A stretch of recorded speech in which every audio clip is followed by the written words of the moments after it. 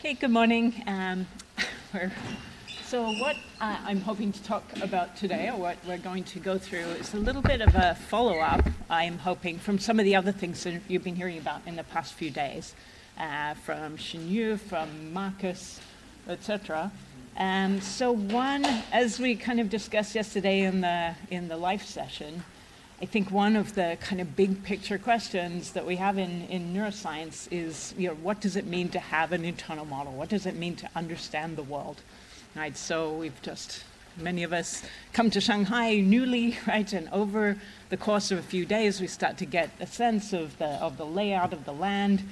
We'd like to be able to solve problems in this environment. One of the most important problems for me, and one of the ways I lay out my entire internal world, is via coffee and where the good coffee shops are. Of course, I asked Google, so it just gave me these coffee shops. So when I said, where are the, not coffee shops, but where are the good coffee shops, then Starbucks disappeared from the map. So and I know, and I'm sorry for that. So that's one approach, right, to fleshing out the environment in which you live. If you're walking around with a friend and you want to show them your favorite places in the neighborhood, if it were me, I would be going there. But, if they were hungry, these places might be more important for them. And so one would have to, by perhaps gauging their reaction to the places that we stopped at, update one's model of what one's trying to achieve, right, in one's behavior in moving around in this world. So how do we figure out the lay of the land? How do we impose on that structure time-varying goals that might change in ways that we're not necessarily cued to understand? So that can be thought about, and there's a very old literature in psychology of the idea of mental models, internal models. So mental models, we believe, sort of allow us to organize information, to incorporate new information in order to rapidly do tasks or solve problems. So fundamental question is how these mental models are represented, right? How do they organize neural dynamics to solve problems? Right? The idea of a mental model is very appealing in psychology, but we're all people who deal with neural recordings. What is the effect, right, on the dynamics of neurons of having such a model? So how can we identify these in neural data, or as we talked about a little bit in the session yesterday, even in an AI model? What would it mean, right, to claim that an AI has an internal model? And that's something that is really even under debate among AI researchers right now. So I'm going to go through 3 examples. None of them are going to really be as ambitious as my goal here, right? They're going to sort of start to chip away at this problem, but just show you a few examples of things that we've been working on, and in particular, work I've been doing in collaboration with my colleague, Beth Buffalo at the University of Washington. So yeah, she works in macaques. She has a long history of beautiful work looking at hippocampal recordings in macaques, and she has been kind of partner in crime for all of this. All right, so we're going to start with the hippocampus and task representations in hippocampus. And this is a task that Yoni Browning implemented when he was a graduate student in Beth's lab. And so what the animal does is it's head fixed and is looking at this rich 3D, it's not in a 3D environment, right? So it's not 3D virtual reality, it's just looking at a screen, but the screen is a 3D world, and the animal learns to navigate through that virtual world. So we've had a lot of discussion, both in the room and out of the room, about the role of hippocampus in the past few days. Famously, if any of you came to Rava's talk, it's populated. People believe, at least in the rodent literature, seems to suggest strongly that what hippocampus is about is encoding space through place fields. That it's not turned out to be quite as clear in primate hippocampus. So let's have a look at that. So here is the animal moving in this world. In this case, it's doing a very simple task, a Y maze. You've seen examples of that from Tolman in the last couple of days.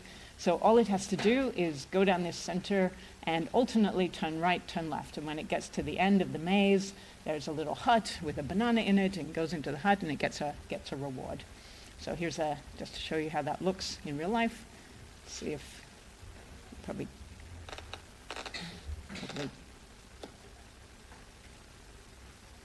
So this is just the firing of one neuron. So that's the hut, the banana. That's the reward. Okay, so it goes back and forth through the task. So not a very exciting task, and not a very exciting schema for this task. But let's have a look at some of the neural responses. So as the task progresses, right, it moves down the center arm, it makes some choice, it moves into one of the side arms, gets a reward, and then there's some intertrial interval. So if one looks at neural recordings throughout the progress of the task, here's single neurons, rasters for them. And what I hope you'll see is that when one aligns these rasters according to kind of the task phase, right, you see very nice structure that can be quite continuous throughout the trial. You see neurons that are sort of active at different times throughout the trial. Some of these are not particularly associated with space. They're more associated with, the moment of choice. Of course, it's hard to make a very strong claim about this in this task because it's a very simple task, and all these decisions are very correlated with space. But we'd like to explore what we can to say about whether space is really the right way to think about this. So we've heard a lot in this course about what tools we have to explore this kind of data. So what we're going to do is to take our population recordings, as slices in time. We have some firing rate from many neurons. In our case, not all recorded simultaneously, which is of course a limitation to the kinds of analysis that we can do, but we put together pseudo-populations across many trials, and we can get these vectors of firing rates.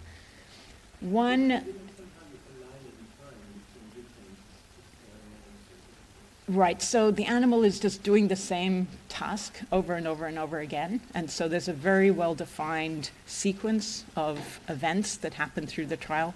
We've tried various ways of sort of manipulating exactly how that time warping is done to align to those events. But there's a long story about... Yes, that's right. And, it's not that different than aligning to space because the animal moves in a fairly stereotyped way, but then it stops, right, at points in space, and we would like to see that continue to unfold in time, and so that's why this makes sense to do. All right, so you have seen this already, right? So one approach one can take is to compare these responses at different times. If you say take their dot product or some other measures of similarity, we can call that representational similarity. If these vectors are completely different from one another, then every moment in time is going to be different than every other moment in time, so you're just going to get a diagonal on that matrix of similarity between different times. But generally speaking, right, there'll be some overlap, and we'll be able to see some structure in that matrix. All right, so you've also talked in this course about other methods of exploring neural populations. One is by thinking about these vectors as points in a high-dimensional space, and you've heard quite a bit about the idea of neural manifolds, right? One can look at sort of trajectories of the firing rates in this high-dimensional space and try to see whether there is any structure to that activity. So we'll look briefly at both of those. So first, the population response similarity. So all you're seeing here is the activity, right? So we have many neurons recorded from Hippocampus, so over 700. And now all that's been done is to take the firing rates, average them slightly in time, and just align them according to their peak, right? So whenever you do that, of course, you're going to see some kind of sequence sort of by default, but that sequence there is, right, a sort of peak firing that does propagate all the way through the trial. Now what we'd like to do is to perform that representational similarity. So this should remind you quite a bit of Shanshan's talk yesterday, right? So we're going to take different slices in time and compute the representational similarity throughout this trial.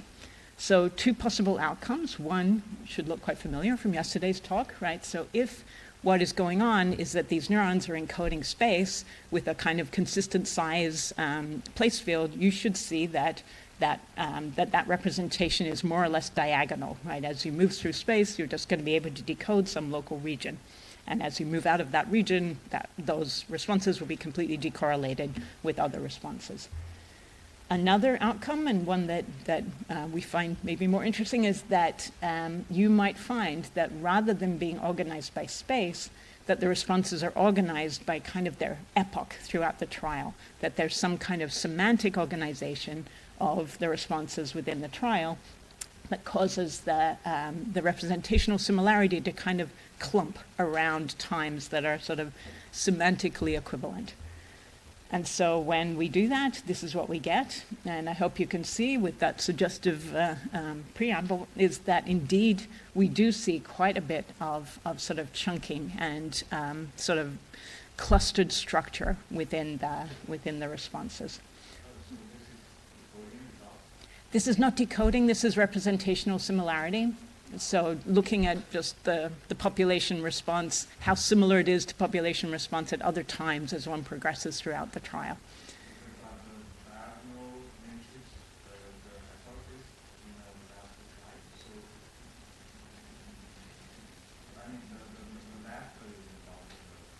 Oh, so what is this? This is just the firing rates of individual neurons. And now what we're doing is taking the whole population and looking at how similar the firing is to, yeah. Sorry, you got that? Yeah. How do you compare two different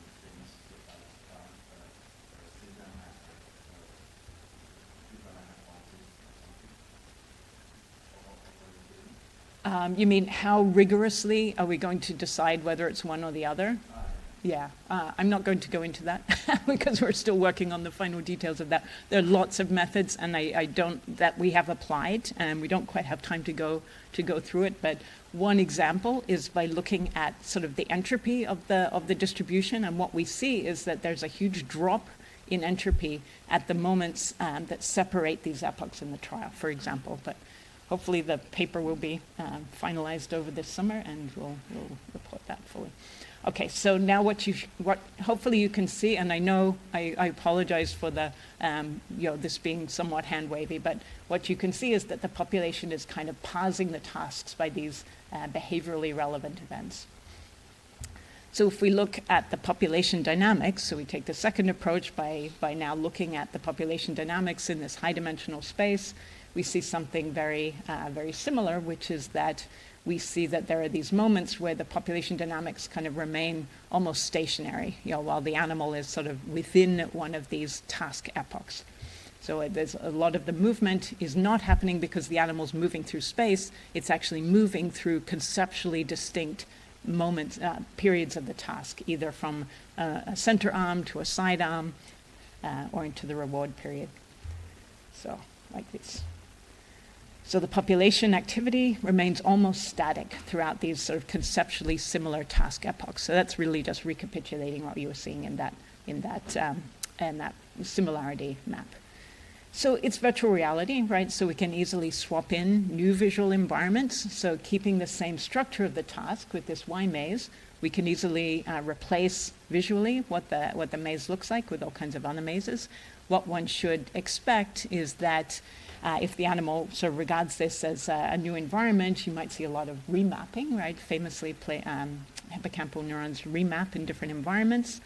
And there are certainly examples of neurons that do remap, right? So this one here is very context dependent. So here it has strong responses in this kind of reward phase. In environment B, it's firing throughout that left arm.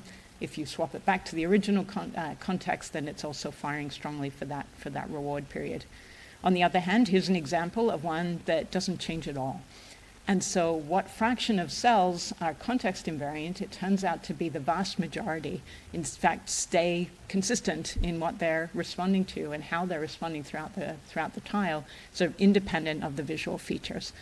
another part of the analysis that I won't talk about is we did a very exhaustive analysis of all of this data in terms of generalized linear models, trying to decide whether the firing of individual neurons depends on space, whether it depends on what the animal is looking at, right? So famously, Edward Rawls sort of postulated that what Hippocampus is doing in monkeys is in fact encoding location of gaze rather than the location of where the animal is. We looked at that and found that it's very weakly dependent on gaze as well. So here we see most responses don't depend on the context. Instead, they're really driven by the task semantics, right? So this suggests to us, though there's some work to do to really nail that point in, is that what Hippocampus is doing in this case is sort of chunking space into these cognitively relevant segments. So this is sort of a variation maybe on the idea of having a cognitive map. Clearly the task is spatial, but it has different stages that are cognitively distinct. And in this case, we see that the representations of those different stages end up being kind of the relevant units of coding. So this is an example of a very simple schema, right? It's just this Y maze with the alternation, not much for the animal to learn. So let's move on to an example that is a little bit more challenging and richer. So this is a classic psychological task which probes cognitive flexibility. So some of you might have heard of the idea of the Wisconsin card sorting test. So a postdoc in Beth's lab some years ago went through the truly heroic work of training a monkey to do something like a variant on the Wisconsin card sorting test. So what happens in this task is that one of the features of these cards is rewarded. So there are 12 features altogether, right? There's color, shape, and pattern. One of them is rewarded, and you have to figure out which it is. And you're not told, right? You just by trial and error have to figure out the rewarded one. So, let's just go through that. So you might see on this screen these four cards presented to you. Their location is randomized somewhat. Their, the choice of cards is random each time, but on every trial, all of the features will be present on the screen. So for the animal, it has to fixate on a central cross for 500 milliseconds. It gets a chance to just look around, does a self-paced search for up to 400 milliseconds. At some point, it makes a choice, which it signals by fixating on that card. And so once it has fixated on that card for 800 milliseconds, that is taken to be the choice, at which point the animal is given a reward or not, right? If it gets it right, it gets a reward. If it gets it wrong, it has a timeout of 5 seconds. So let's just go through an example. So let's say you choose this card, you get it wrong, you have another chance. You choose this, you get it wrong. Oh no, in this case you get it right. So what are you going to do on this next trial? You have a few different choices, right? You could think, well, maybe it was the fact that it's a square or blue or has this kind of Escher pattern. So let's go for the Escher pattern. You get it wrong. So you get the idea, right? So then if you really understood the task, you would systematically test each of the features that were on this last card that you got right. As you can see from this example, it's kind of hard to remember what they were, so you're not going to be perfect. But basically, humans do this quite well and can solve this within, usually 8 to 10 trials.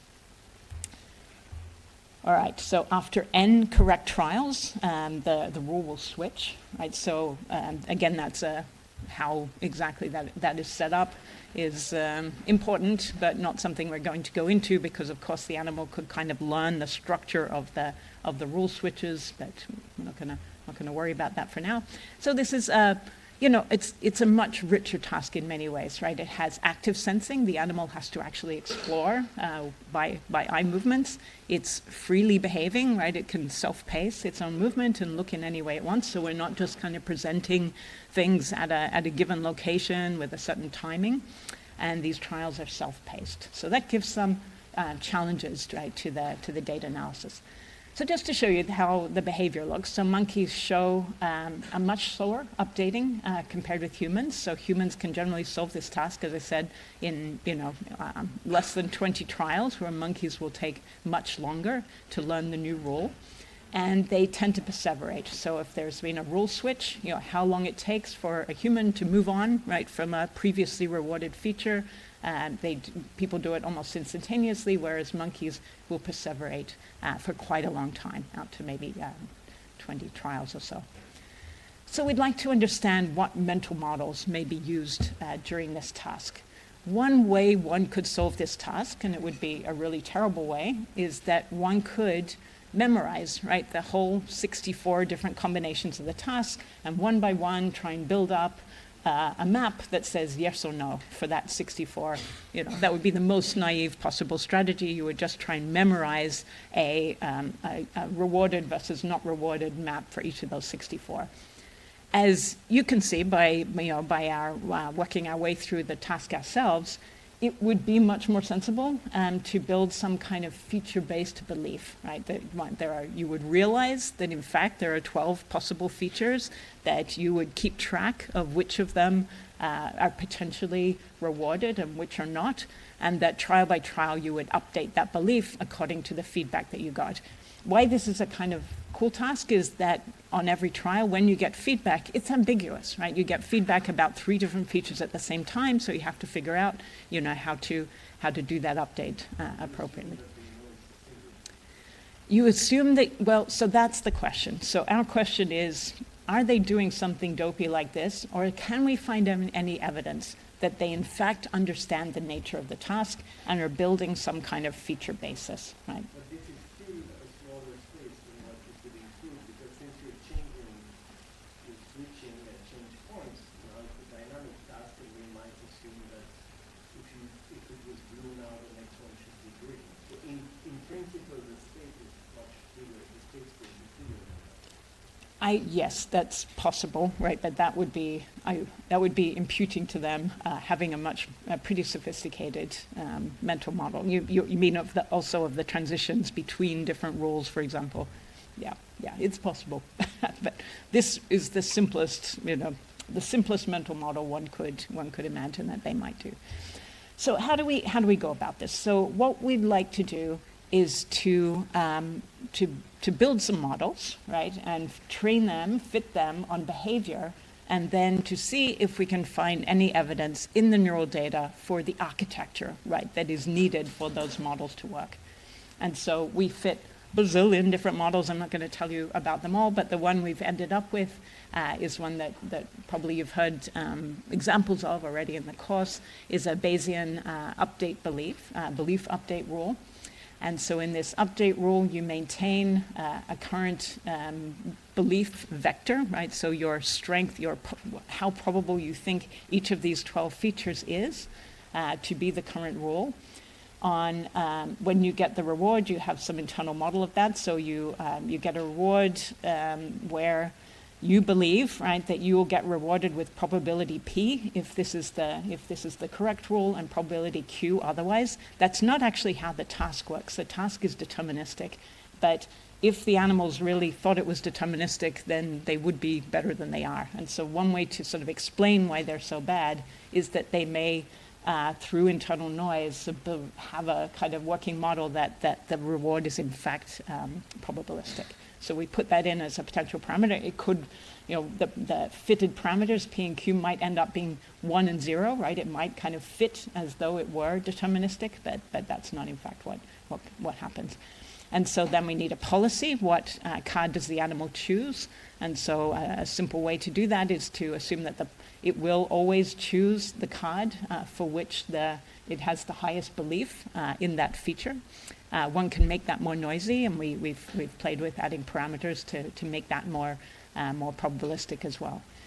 And so what that allows you to do on every trial is to calculate the value, averaged over your belief state on any given trial, which is just your expected reward given your current estimate of your beliefs about the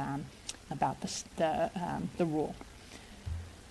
And so this is all work by Patrick Zhang, who's really been quite a hero across this project. All right, so here's just how it works, right? So you have this sequence of data. This is the hidden rule, sort of switches from time to time. And at any time, you have an internal belief vector over these different features that you update from trial to trial. So if you choose this one, you get it correct, then you're going to boot up your belief that it could be a triangle, but you're also going to boot up your belief that it could be blue or that it could be stripy. And everything else is going to decay a little bit. Yeah? So, how, so when the subject figure out the rule, how they apply to it, if they see a new set of cards, Then they will look straight to the feature that has that rule. detect Right. that feature? Yeah, that's So- right. So it's more like a detection, it's combining rules, integrating rules with sensors. Well, there's the process of inference of the new rule. Once you have the rule, then you just search for that feature. That's right. So there's inference stage, Mhm. and then when they encode the rule, Exactly. the application of the rule is quite simple. So Yes. they just detect that feature. Hold that thought in mind, because I think we're going to, Yeah, I think, they need yeah, yeah, I agree with you. Right. We do, yes, yes, yes. A lot. I'm not going to talk about that. We did a huge amount of analysis actually of eye movements and their strategies for how they explore, clearly what happens. In fact, let's have a look at what happens here. So this model predicts the behavior, right? So if you look at that perseveration, as they move from one rule to the next rule, here's the performance, here's the probability of choosing the previous rule, it decays away. The solid line is the data, the dotted line is the model, and so we're able to capture that very well. We also see other aspects that capture other aspects of the task that weren't used to fit it, right? So if we look as a function of the estimated belief state value, how long does it take to make the decision, right? So how rapidly will it kind of converge and do the detection task of where that feature is on the screen? That goes systematically down with the strength of the value. So one can play games like this, yeah. On the left, the probability is the fraction of time relation to it, for Yeah. the data, right? Yeah, right. But you see also exploration going down, I movement exploration going down with time? That's what this is showing you, because the decision time, so when monkeys make, in this, at least in our hands, very highly precise eye movement. There's a very well-defined saccade period, in fact, of around 200 milliseconds. And so what you're looking at here in the decision time is more or less the number of eye movements they make before they make their choice, and that systematically decreases with the strength of belief in the rule. The dashed line here would be chance, right? It's 0.25. 0.25 because it 1 in 4 chance, right? There are 4 cards on the screen, so if you just choose one at random, that should be 0.25. I think that's 0.25.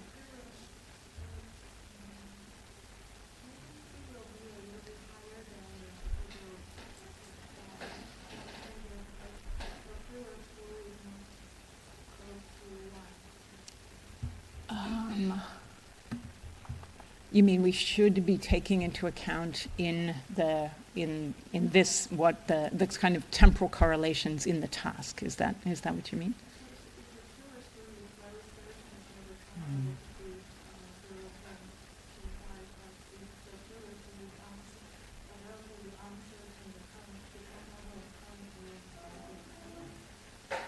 Why don't we talk about that later, because I'm not sure I completely grasp.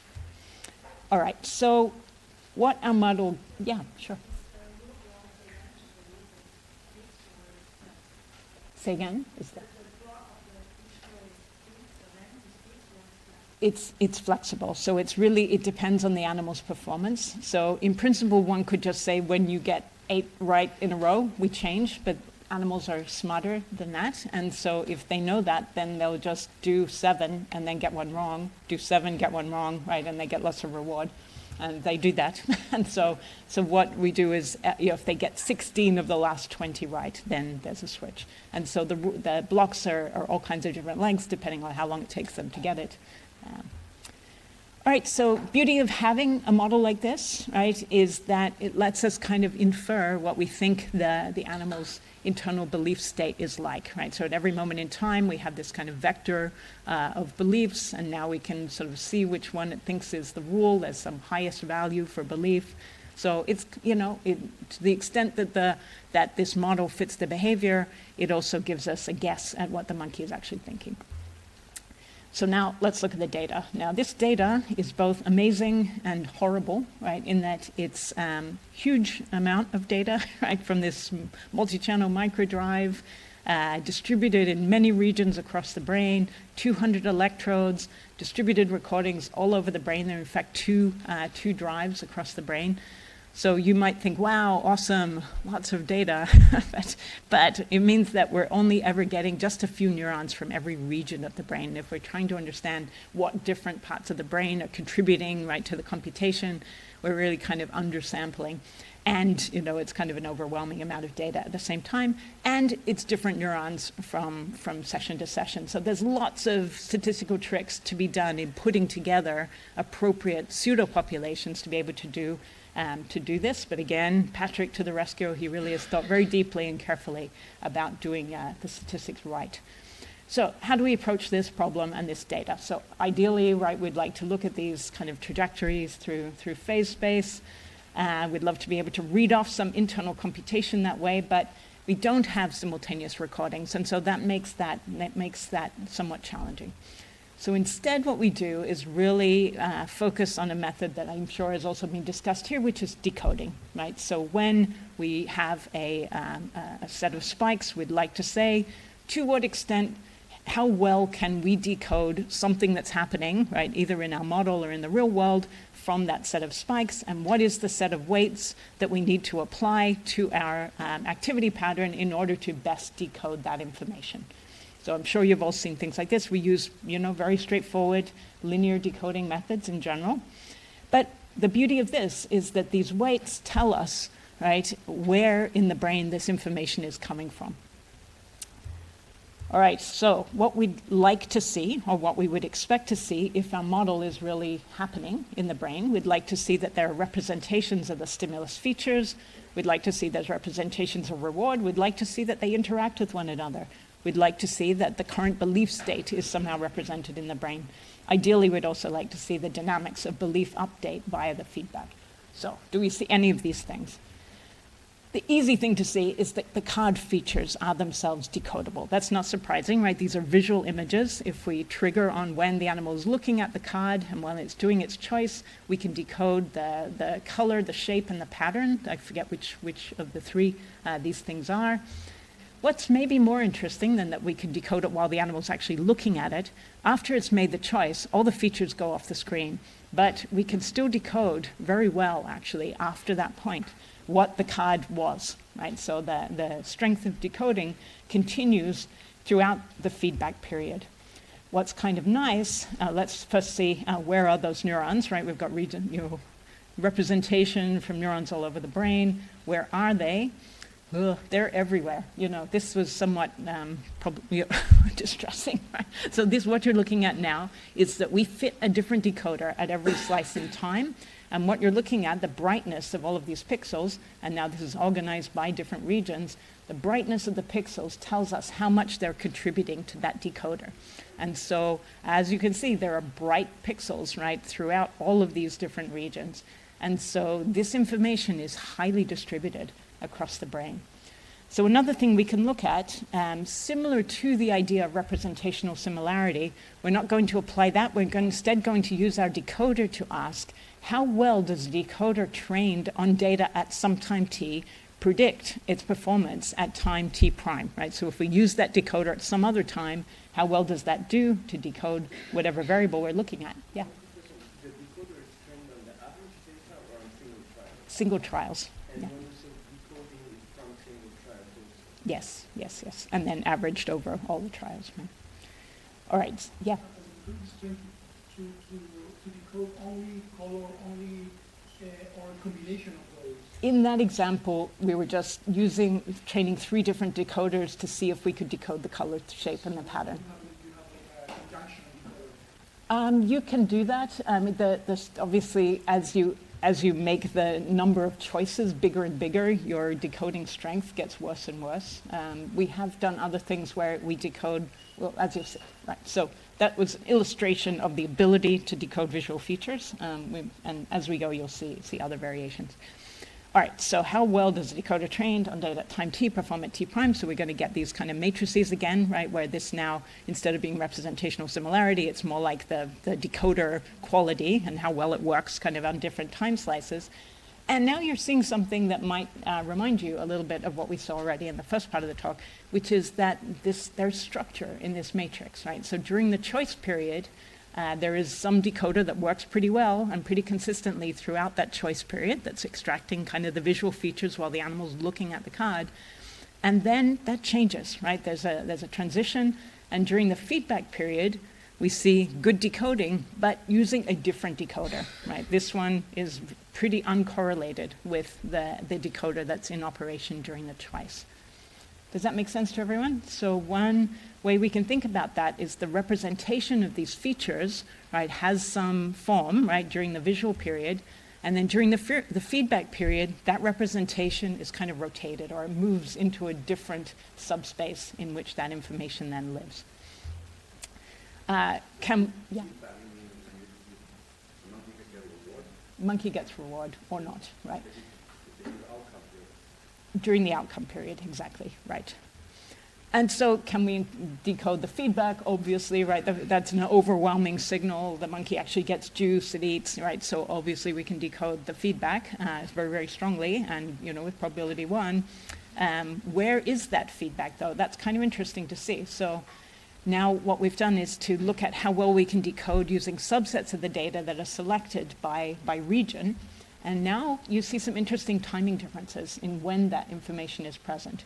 So in ACC, anterior cingulate cortex, you almost get a bit of a expectation, right? You get reward signals prior to the reward actually appearing. We see in basal ganglia, right? It does exactly what you would want basal ganglia to do, to give you a well-timed feedback response when you get that. But then we also see that the feedback is present in hippocampus, but quite delayed. Right? So there's interesting sort of structures starting to emerge in these regional differences. So is there any interaction between the reward and the features? One way of looking at that is using a generalized linear model. So here what we do is we fit a generalized linear model to ask if we incorporate interactions between the features and the reward, does that improve our ability to predict the response? And here, if it didn't, right, we would see that all the data would lie along this line. But in fact, we see that including this interaction term systematically improves the ability to predict the data. So let's look into that in a bit more detail. So what's happening as the rule as inferred?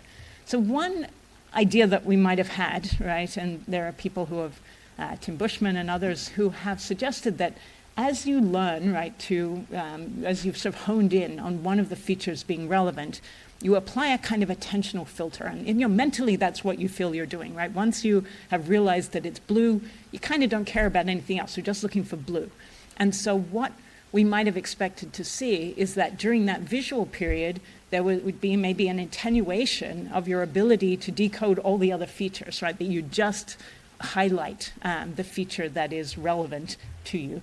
We don't see any evidence for that, right? It's all the visual features are always decodable, independent of how strong your beliefs are in the rule. Where we see changes is away from that moment in time. So can we find any direct evidence for the encoding of the rule? So can we decode which feature is the current rule? So in this case, what we have to do is make sure we've normalized things very carefully, right? We have to look feature by feature and look in cases where that feature is on the card, but compare between cases where that feature is the preferred feature versus when it's not, right? So now what you're seeing, everything here is framed around that. So, feature by feature, how well can one decode whether or not this particular feature is currently the preferred one or not? And so here are the decoding weights. And now what we see is that information, whether or not a certain feature is the currently held in mind rule, is now, we can see, decodable throughout the trial, right, everywhere. However, the decoding weights, as we've seen already in terms of the visual information, change systematically throughout the trial. They're kind of consistent prior to the making of the choice, right? So there's a period of time before you make the choice where you're kind of holding that rule in mind in a kind of consistent way. During the choice, you change to a different representation, and then again a different representation until here out in the end of the feedback, you're starting the next trial, and so now you're back to the previous decoder, right? Good. You train a decoder every time, Yeah. but you train it how? What do you get? Because you don't know what the monkey thinks is correct. We use our internal model. So that's where this is the strength of having the internal model, is that we have an estimate of what we think the monkey is thinking based on the fit of the model. And now we can separate trials into ones in which our model tells us it has high belief in a given feature versus ones in which it doesn't. Yeah, exactly. So this is right. This is where the behavioral model has its. Did you change a little bit the parameters in the model to see how robust it is? We've done lots of different variants of models. Haven't done a very, so the model is fit using, maximizing the log likelihood of the predictions. Haven't really done detailed sensitivity analysis around those parameters. So regarding the persistence and the implementation of the rules, so I think there's a quite a difference between this task and human recursive parser task. In human task, the rule is abstract, and so it's a color, but the color can change all the time. Yeah, So here the feature is fixed, right? right. It's 1 of 12 all the time. So that means feature and the rule cannot be. They're the same. Yeah, I mean, yeah. So the persistent coding can be abstract rule or some kind of visual feature. Right. And you're making an excellent point that if one would like to use this data to explore the idea that there is abstract representation of, say, color as the appropriate dimension, that this was not set up to be able to do that. And in fact, we have not been able to see any kind of abstract representation, as one shouldn't, right? Because there's really no meaning to colors being in the same dimension. That doesn't matter to the animal. It's possible to design if your combination or an abstract rule can be applied to multiple features. Yeah. That kind of generalization. Yeah, that would be great, and we'll talk at the end about ways that we might be able to move ahead to do that in a more sensible way than this task. The most obvious interpretation of this is that the decoder is changing just because the monkey is changing its mind on which is the correct object. So that will automatically lead you to different sliding in the decoder. Except all of this is one trial, right, where the animal is making its decision, fixating on the card, and getting feedback about that card. So it's possible that while it's looking at a card for 800 milliseconds, it might be thinking, I should have looked at another one, but I don't think that's very likely, right? And this is all feature by feature. How is this feature the preferred one or not? So I feel like we've sort of somewhat controlled for that possibility, or at least we're not able to see what if that would be true. All right, so where is this information? This is a lot more confusing. So this is a lot more like the features themselves. This is kind of everything everywhere and not very consistent division of labor, let's say, between different brain areas. There's sort of decodable from all kinds of different places. So had to know what to make of that. So what I would argue is this shows us that we do see evidence of feature beliefs, right? We can use our model to, the belief predicted by our model and we can decode that information from the brain. However, that one might have thought that the brain would build some set of neurons that were kind of integrators, right, for a given belief state, and it would hold those integrators as some kind of attractor, and you would see that they would increase or decrease in their strength of activation. I would say our data doesn't point directly to that. It's a much more dynamical representation than something like that. So interesting to think about what kinds of underlying dynamical mechanisms can lead to this kind of responses. Another thing of interest, and I know that's of interest to several people in the room, is the question of confidence, right? So here we have a very clear measure of confidence, which is how strongly you hold a belief in some particular rule. And so here's an example, right? If you have a distribution of beliefs that's very peaked around some rule, then you have very high confidence that that's the relevant one. Whereas if your beliefs are kind of distributed broadly, so we can just use simply entropy as a way of measuring how much confidence you have. And so we do see neurons that strongly encode confidence right here in basal ganglia. If we look at firing in this particular neuron as a function of confidence, and this is in the intertrial activity. So this is before the cards even come on the screen. There is a measure, right, of confidence already there. If we look at the whole population and we try and decode confidence across time, we find that we can decode it continuously throughout the trial before the cross comes on, before the stimuli even arrive. And again, that confidence is kind of distributed. One thing that we asked is, to what extent is confidence itself a kind of abstract quantity, right? So what do we mean by abstract? That is, can we decode how confident you are, kind of independent of what feature you are confident about?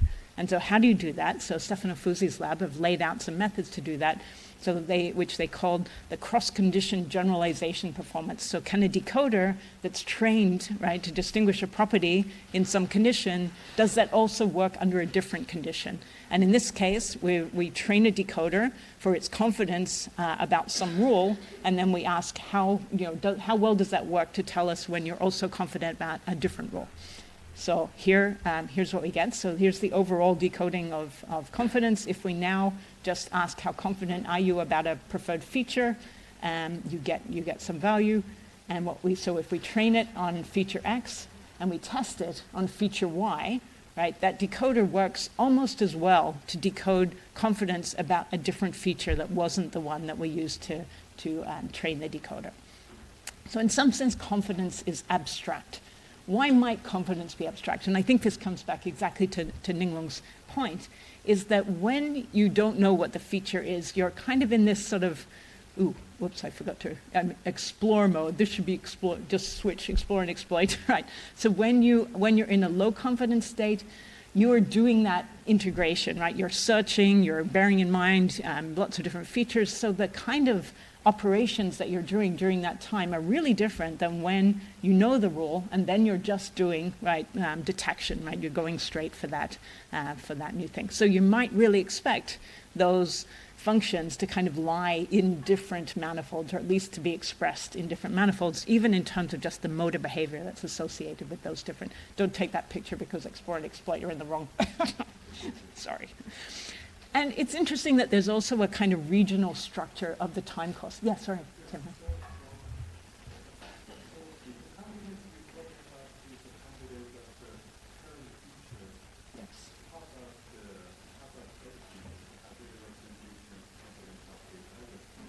Well, confidence is kind of a global property of your belief state, right? And so what we've done is sort of train it on cases in which that belief state is all about a particular feature. So then you might be worried that what you're really sampling is just the belief in that feature. But no, right? In fact, a lot of that confidence, right, that's about just how peaked that distribution is, transfers over to a different feature.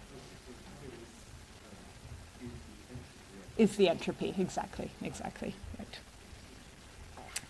So yeah, here we do see some interesting regional behavior, right? It's not this kind of everything everywhere all at once. We see that before the cards appear, there seems to be that property is sort of most strongly represented in prefrontal cortex, which maybe won't surprise people that this might be kind of associated with the dynamics of making a choice. Whereas during the feedback period, now we see this sort of rise of the anterior cingulate cortex. So maybe this is something to do with the dynamics of updating one's rule. And so now this, I think, is just starting to see a little bit of regional differences in how different parts of the brain might be contributing to this task. Yeah, Ruben. So we go back to the questions of confidence. So is confidence completed on your model on a trial basis? Yes. And then the choice that the animal makes is consistent with the option with the highest confidence always, or not always? Well, that's how we fit the model, right? So remember, we've used all the data to fit a model that estimates for us now, using this model, the internal belief. We use the model's estimate of the internal belief structure to find the trials in which it's confident, but those, of course, are going to be the ones in which it sort of knows what the feature is, because that's how the model works, right? So it's all kind of all the same thing. Yeah. So if I understand well, so the model selects always the action with the highest confidence? Not the highest confidence, because confidence is a property of the whole distribution, with the highest belief value around. So it's a maximum, we apply maximum a posteriori. We just choose on every, the model chooses on every trial the feature for which the internal belief model is highest. So what happens when you do the test data? In the test data, you can run your model and estimate the belief for the trial. Right. Do you still see that the monkey chooses the options with the highest belief? I mean, not 100% of the time, right? It's noisy, and so that you can include, as I mentioned at the beginning, we can make that non-deterministic, right? We can give some probability to that choice to account for that. All right, so to summarize what I've shown you, we've used the behavior, right, as a means to build models that help us to kind of parse what we think is going on in the brain. So behavioral modeling is this key tool that we can use to interpret brain-wide activity during this flexible decision-making task. That gives us a hypothesis for the algorithm that then lets us go back to the data to query it, to look to see if we can find any evidence for that. So we can decode stimulus features, the feedback, and the rule. The feature representation rotates into this new neural subspace during feedback, and as we showed from the GLM, interacts with the current belief state. We're currently still looking for direct evidence of sort of the dynamics of the belief upstate. Can we see, something that changes from trial to trial, upward or downward, in a way that would look like that update? And we have some evidence for it, actually very good evidence in one monkey, and then totally bad evidence in the other monkey, which is, which I'm sure Tenmin can sympathize with that problem. Confidence is decodable, independent of the content of belief. And this may reflect different dynamics during rapid decision phases versus during sort of deliberative update. All right, so what are the challenges? As Marcus really emphasized yesterday, these kinds of tasks, even though this is a much more rich and interesting task than the kind of binary choice, this is a very difficult task and a very unnatural, in some way, task for the monkey. And so, maybe we're kind of backing up the wrong tree. The monkey takes months and months to learn this task. So we can't really watch the dynamics of learning because it takes forever. And ultimately, it's a very rich but a very limited data set in the conclusions that we can draw from it. As you can tell from the fact it's taken us 5 or 6 years to even extract the information that I've shown you now. So where are we going with this? And just to finish up here, looking at a new task paradigm that we're super excited about, and that is what we like to think about as kind of schema-based foraging. So foraging is something that animals love to do. I love to do it. Seattle is right now full of blackberries everywhere, and it's impossible to walk by a blackberry bush without picking a bunch of blackberries. And monkeys are the same way. They see something kind of distributed in the environment. If they go there and they get a reward, then they're very motivated to keep going and getting more rewards. And so we implement this task with the animal, again in this sort of 3D environment. Sophie Landy has been the genius behind all of this. And so what we've done is to implement 2 different variations of this task so far. As you'll see, kind of the sky's the limit for how interesting one can make this task. Here's what the animal sees. In one variation of the task, it's kind of a simplified version of the Wisconsin card sorting, right? So there are balls distributed throughout the environment. They have 3 different colors. One of the colors is highly rewarded, the next one's less rewarded, and the other one is even less rewarded. And so it has to figure out what that rule is, and it only gets 30 seconds to move around, and so it makes a lot of sense that it's motivated to kind of learn that rank ordering. We can do a different task in which now all the balls have the same color, but what gives them the value is where they're distributed in the environment, right? So this is a case in which space matters, right? In which where you are, you really have to pay attention to that, and different regions of the arena give different amounts of reward. And so just to show you how that looks as the animal's doing this. So this is on the first trial of this monkey who's never done this task, this foraging before. Hopefully you can hear it's getting like one beep of reward, which is telling you how large the reward is. Gets a bit more reward for green. Oh, a lot more reward for blue. Okay. So trial 15 of the same task. It's like a few minutes later. Okay.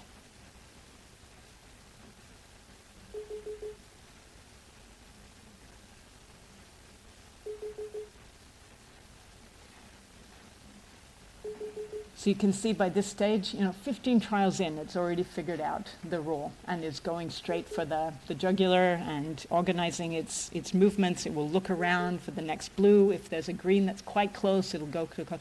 So you can see this is an extremely rich ground, right, for modeling and for overlaying onto this task all kinds of different value schema, right, that we can now see the animal learning. So we can learn multiple schemas over the course of a day. Yeah, so here's the spatial one, if you can watch that go through. So again, this is the first trial.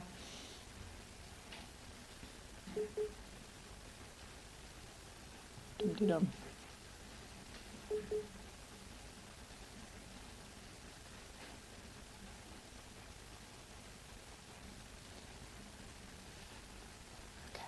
Right away. Okay, trial 1. It's realized, it's learned that this is the rewarded corner.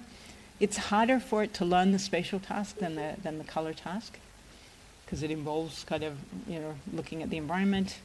But now you see it's immediately heading for that back corner, where it's taking those rewards. All right, so they learn to do the task super rapidly. This is over the course of trials, right, within a day, and very rapidly you're seeing these discriminations between colors or between spatial regions. What we find, and this is super preliminary, there's more analysis that's been done, but it's really Sophie's work, so I don't want to go into too much detail at this point. But what we see when we look at the responses of hippocampal ensembles during these tasks is that only in the spatial task do we see spatial representation. The things that look like place cells during the spatial task have no spatial structure when we look at them in the color task. So here, these are responses in the top PCA modes, where if we group the tasks by their group trials, responses as the animal is approaching the target for the 3 different colors, right, we see good separation. And here, we see when they're approaching the target grouped by space in the spatial task, we see good separation. If we now look at the color task, but grouped instead by space, we don't see any structure in that data at all. And so this suggests that, we see hippocampus is sort of applying a structure to the task that's really modulated by the demands of the task, by the semantic meaning, right, of what the task is asking for. So this allows us to very rapidly probe new instantiations of schemas. So you can imagine we could swap out some color map for a different color map. What I would love to do is to do the Wisconsin card sorting task, in this, maybe having every object has a color and a shape, and we could do the more abstract version of that very easily in that case. So they have to learn to pay attention to one feature over the other. We could change that dynamically. So there's so much we can now do with this task because the monkey learns, immediately, right? So we can watch the whole dynamics of that, and we can even watch the dynamics of these huge changes in the demands of the task over the course of a single session. So we'll let us scan learning paradigms and the second implementations of those, hoping this will let us track the emergence and the evolution of internal models. So, I guess sort of stepping back, I think the big challenge is that everything I've told you about really focuses through this decoding strategy, kind of on the representations. And representations are sort of maybe the wrong way to think about things, right? You've heard a lot about manifolds, and of course, if something is on a manifold, you can always decode from it, right? Because it's sort of localized in some way that carries information about the parameters of the task. But we don't really understand, right, how those computations are carried out on these representations. So how do we bind behaviorally relevant parameters to representations kind of on the fly as one undergoes through this task? So I think there's lots of interesting work to be done. We're very excited, right, about the next phase of this. And I think this is sort of hopefully our next step into really understanding how we construct and update, right, our inner world. And I think Marcus's talk to me was really inspiring. We have some tasks planned that are very analogous to that, where we add more structure to the spatial environment, and we can overlay on it these kind of different goals and see how that sort of structure learning interacts with this more rapid changes, like the coffee versus the soup task as one moves through one's environment. As you change your goals, how do you make use of that sort of hardwired or slowly varying structure in order to add on to that kind of faster varying goals? So very excited to tell you more, hopefully in the next few years, about what we're able to extract from this. All right, so just to thank all my team, particularly the interaction with Beth's lab, which has been super fun, but great hard work from Patrick and Sophie in these tasks. So thank you.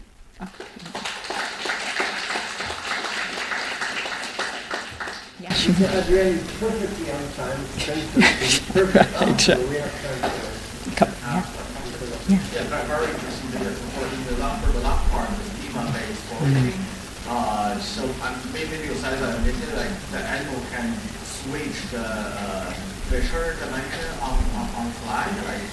So we haven't made it switch back and forth in a single trial. So, I think as they become more, they have more experience with these tasks, I think we'll be able to build that kind of thing in. These are just the first sets of data where, over the course of different sessions, they can realize they're doing a color task versus a spatial task. Something that hasn't been easy to see, for example, is if we leave the colors there, but then the rule becomes spatial.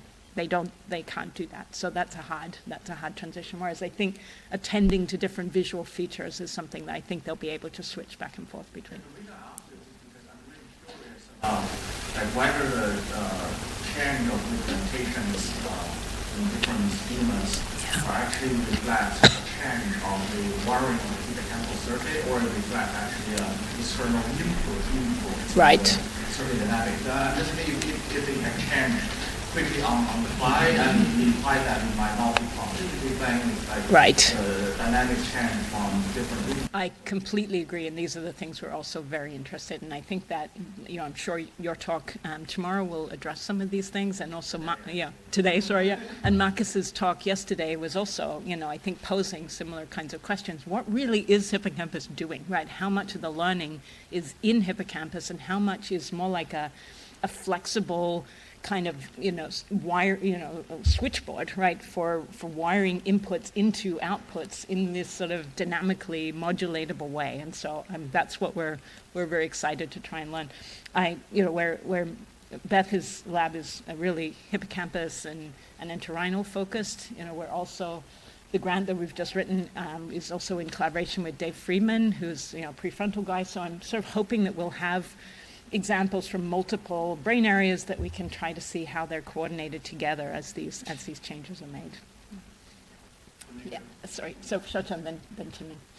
So in the schema learning, like basically, the animal want to claim the height reward first. Is that because like you have very? It's got 30 seconds. Yeah. It can't get to all of them in time, right? So it really it gets motivated to do it quickly. Yeah.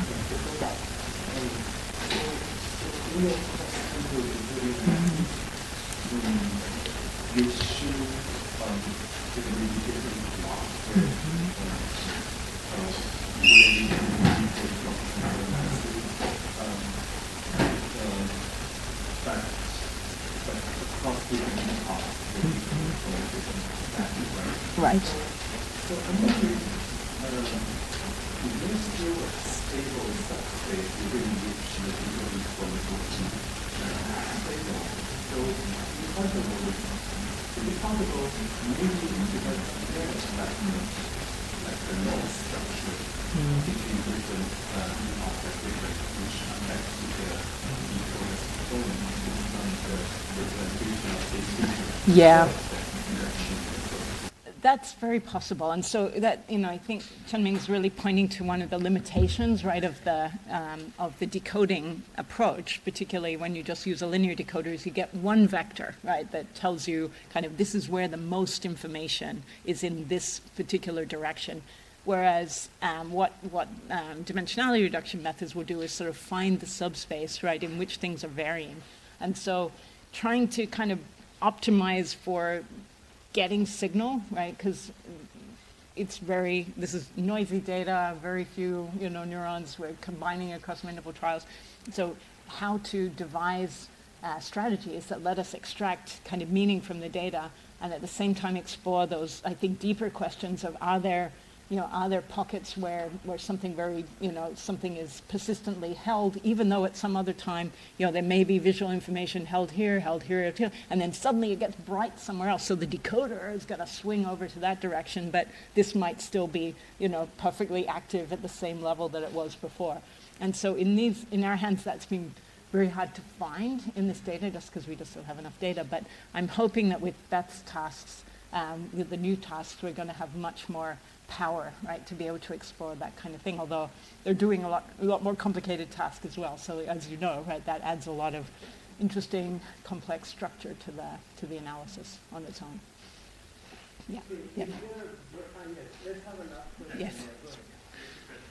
So one important assumption here in the taxonomy without the model without that animal is always engaged in the task, right? Yeah. So I wonder if there's any way to quantify your model Right. when the animal is engaged. Right. Yeah, there are methods that do that, as you're probably aware that, the Carlos Brody's lab and Jonathan Pillow have introduced sort of hierarchical models where the animal is modeled as being in different states and then is using different strategies in those different states. I think, again, because this data is taken over very long times, we have kind of very limited examples of particular transitions between particular variables. We probably can't get at that in the Wisconsin data, but I do think that's going to be a really important part of analyzing the foraging, because I'm sure there are going to be moments in which they're engaged, moments in which they're not, and that's going to be super helpful in pulling apart and making much cleaner, right? It's really a very useful way to kind of denoise data. If you're just not doing the task, you don't want to confuse that with, oh, I'm a noisy encoder of something, right? If I'm just not even looking at it or I don't care, right? And so we'll definitely be thinking much more about that down the track. Yeah. Okay, great. So let's take a break. At 11 we come back. Thank you again. Okay, thanks, Louis. My talk today is about mapping brain connections for understanding brain functions. Oops, this one. Okay. So Adrienne has asked us twice about this question. What does it mean to understand the brain? And he summarized several several research topics relating to answering this question, and most of them are related to the representation and the computation, about the computational side. But I'm from a background of physics, so Richard Feynman says, what I cannot create, I do not understand. So in the first few years of my PhD training, I also wondering, there are so many achievements in computation neuroscience, and it seems that we know lots of computation. But can we really, are we really available to create a brain in the future? I'm not optimistic about this, the answer by them. So the question, how to create a brain as Feynman suggested. So I didn't have an answer for several years. But later, these days, the people in AI community it seems that they showed an example of creating an intelligent agent. And the amazing part is that they do not understand anything about the intelligence. What they need is just architecture. They can use a convolutional neural network or transformer. And also they have a task. They have a task for training. They ask this network to finish a specific job. And also given an architecture and given a task, and they use backpropagation for training. So after a very large scale training, after training with a very large scale data sets, they can achieve something like intelligence. We can talk with them like human chatting, and also this artificial intelligence can help us to understand the image, understand the scene, or do self-driving tasks, lots of intelligent things. So the achievements of AI inspire us. Maybe we do not have to understand the computation before creating a brain. Right? At least they don't. So the architecture themselves determines the network capacity. So this is Frank Rosenblatt. He proposed the perceptron.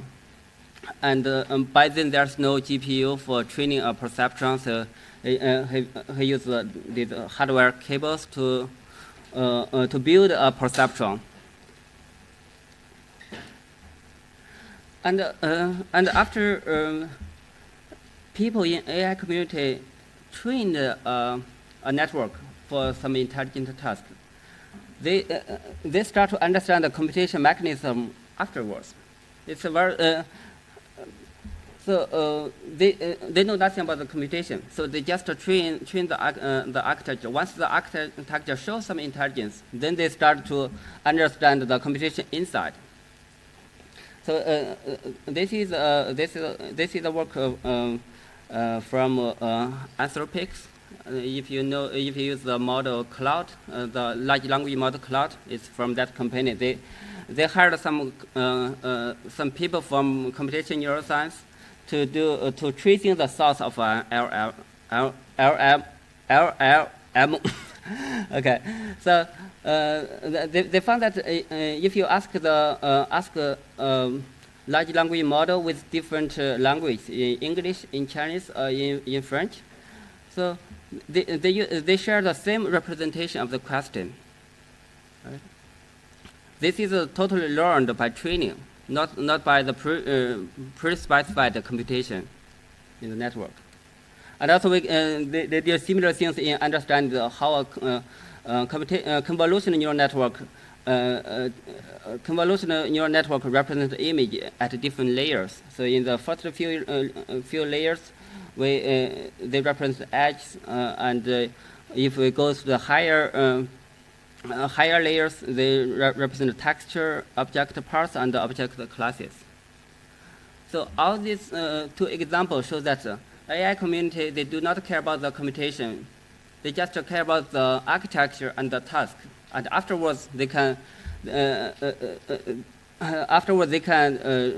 understand the computation from the trained network. This, just like a computation neuroscientist start understanding the computation within the brain. A brain is like a trained network. So this is the work from my colleague Xinyu in 2018. I like this work very much. So in this work, they trained a recurrent neural network, and this recurrent neural network takes the velocity, which is the speed and the direction, as input, and let this recurrent network to represent the position x and y. So they only give the architecture of this network, and the task, and also give the task to represent to take the speed and direction as the input, and then output the xy and xy position and y position. So after training this network for a long time, we can see that the RNN can output the mouse position correctly. So the amazing part is that after the network has been trained, they look at the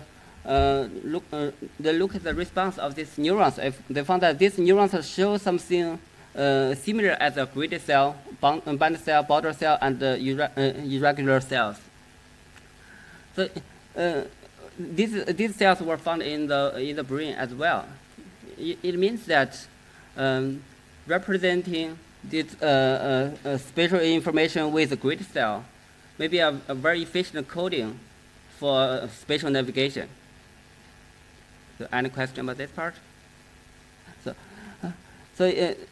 This also indicates that the artificial intelligence may share some common principles about the intelligence with our humans.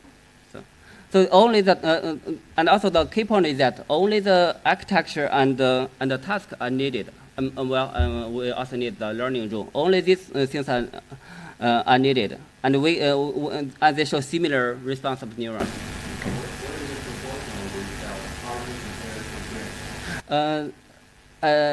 I don't know the detailed number, but probably you can find them from their paper. Okay. So the other work, there's another work is using the connectome from the fly, and using this connectome from the fly as a network architecture, and for each neuron they have their own dynamic equations, but for these parameters, they are not. We don't know that at the beginning. We don't know the parameter of these things, and only the architecture is provided, and the equation and this equation provided, and there are lots of visual tasks. They use this visual task to train this network. So it's totally connectome constrained network, and they use task optimization to achieve this visual task, and later they can compare the measured neural activity. This is from experiments, and this is from the network output. They found that they can the trained network can perfectly predict the neural activity. So,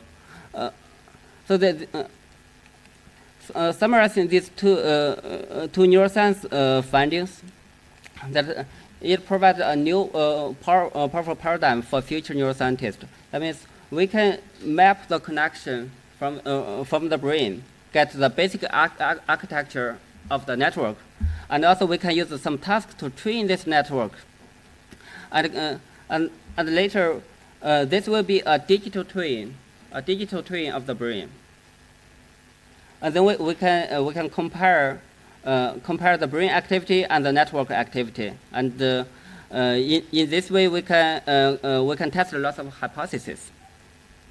So still in previously computation neuroscience only used the brain as a research subject, and for answering lots of questions or hypotheses from computation neuroscience or theoretical neuroscientists, we have to collect the data from the real brain. But now maybe we can collect the data from this digital twin of the brain. Okay, and by combining the research on this brain and network, we can find some principles of common principle of intelligence. So as a quick summary, so the connection constraints and the task training can reproduce some brain functions, and we can study brain computation from the trained brain surrogate. And there are lots of advantage of this brain surrogate, because it's very easy to perform experiments. You just turn on the computer and click, then this digital brain will work, and you can easily collect every neuron's activity. Instead, if you want to collect neurons from the real brain, it's very hard. Okay, and we can use this digital brain trained to test lots of hypotheses by matching experiment results. Okay. So in the following slides, I will talk about my work relating to mapping brain connections. So brain connections, there are brain connections at different scales. At a synapse, at a macro scale, we have synaptic connections, and at a meso scale, we have a single neurons projection across a very large brain region. And also we have a macro scales to build a connection between different brain regions.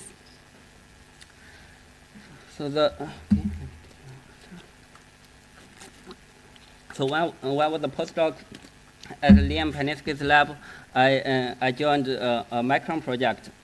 It's a machine intelligence from cortical network. So is Chandy here? Chandy, I knew Chandy because we are in this project together, and we met in a meeting.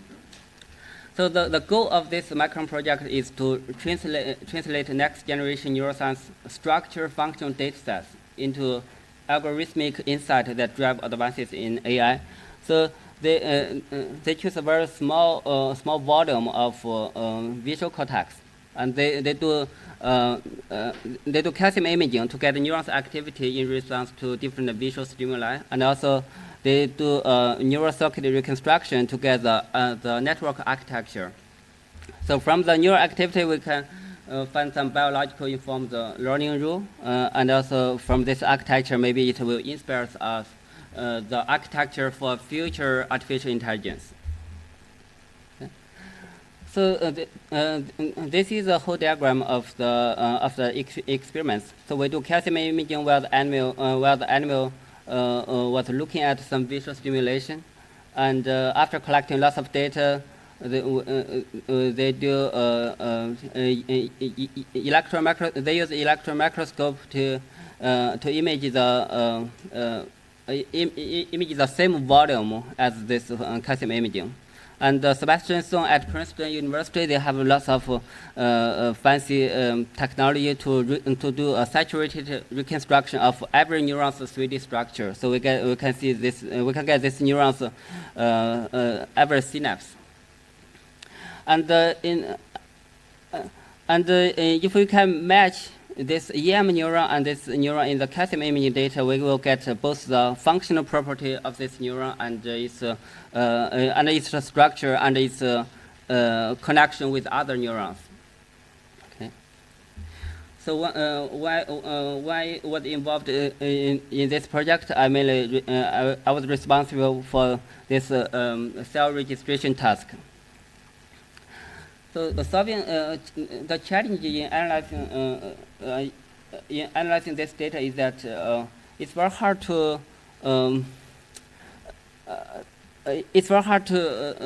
match the calcium imaging neuron with this EM neuron. The reason is that they have a very different spatial resolution. So for calcium imaging data, the resolution is 1 micron, but for this EM neuron, the resolution is 1 nanometer. And so if you want to match them, you first have to downsample this 3D neuron and blur it to mimic the 2-photon calcium imaging. But if we downsample this 3D neuron, we got a spatial shape like this. It doesn't match a real calcium. Doesn't match the real neuron shape in calcium imaging data. This is one challenge. The other challenge is that we have an overcomplete set of EM neurons because we have a saturated reconstruction of every neuron. But for calcium imaging, it's a subsample of neurons. So we proposed a solution for solving this problem. It's also based on the constraint and the negative matrix factorization, as I mentioned in the previous lecture. So this is the raw recording data. We decompose them into a neural signal plus background contamination and noise. And this neural signal part will be represented as a spatial matrix multiple 2-photon. Yeah. It's very noisy, and this is yeah. Yeah. Yeah, it's very noisy, but that's the data I got when I received this task. So I have trained myself to solve this. Okay. So for this neural signal part, we also use matrix factorization to decompose it as a neuron shape and multiply by neural activity. But the question is how to integrate this this EM neuron information into this model so that we can for every neuron extracted from this this video, we can have a direct match. So the key idea of our solution is that we can order all EM neurons likelihood of being visible in calcium imaging data. So every neuron will have a matching score. If the neuron has a high score, we are very sure about that this neuron is visible in calcium imaging data, and we will use this downsampled version of EM neuron as a spatial constraint for the estimation of neuron shape. So this so in this way we can iteratively initialize many neurons from calcium imaging data, and each neuron will have a direct correspondence with extract neurons from calcium imaging data and have a direct correspondence with the EM neuron. So the identity will be matched at the beginning of model fitting this part. Okay. So without very clear structure information from Hippocampus, how the transfer is to register? Yeah. So given this EM neuron, we first downsample it to get a spatial shape like this, and then we designed a metric to yeah. How do you know that neuron is the one that shows This neuron show the I didn't show the activity of this single neuron. Here I show the activity of all neurons. Yeah, the population. But then without circle feature matching, the neuron has like somatic flashing. Yeah. So that's the spatial location, that's the only information. Actually, I skipped this K part. The K part is how to design a metric to quantify the likelihood of this neuron how to quantify the likelihood of this EM neuron being visible in calcium imaging data. So, if I know that this neuron is visible in calcium imaging data, I will use this one as a constraint to find the neuron shape. But the first step is how to make sure that this neuron is visible in calcium imaging data. That's a difficult part. Yeah. So in other words, as long as I know that this neuron is visible in calcium imaging data, then things will be easier. Okay. So with our algorithm, we can easily find lots of somas and dendrites, and also because we have a strong prior from this EM structure, we can easily find easily get the response of those apical dendrites. Okay. So after we find the direct match of calcium imaging neurons and EM neurons, well, we can achieve data fusion to have both the high resolution, high spatial resolution and temporal responses of each neuron.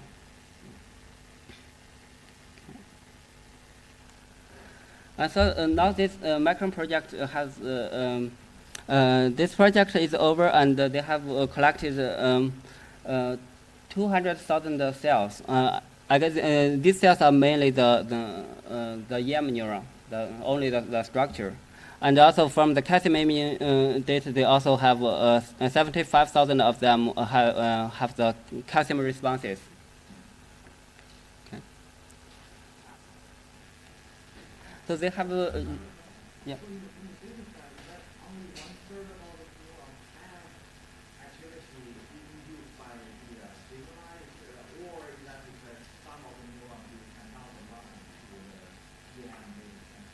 I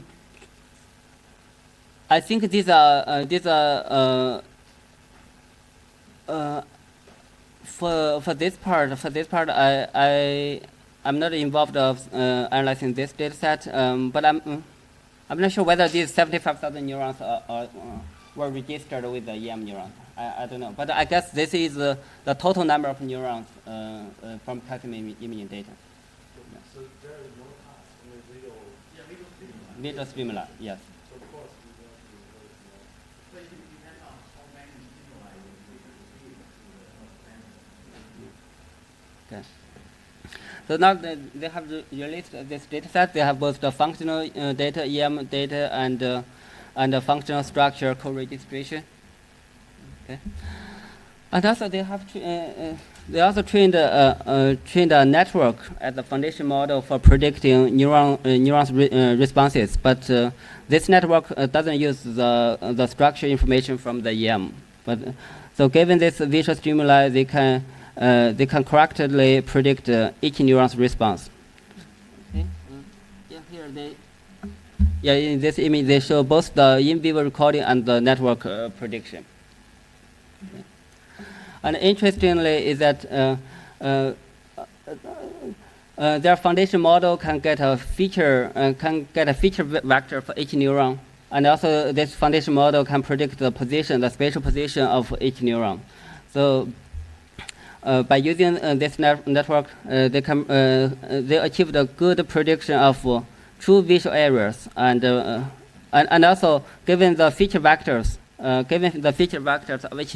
each neuron, they can classify the neuron's cell type. Okay.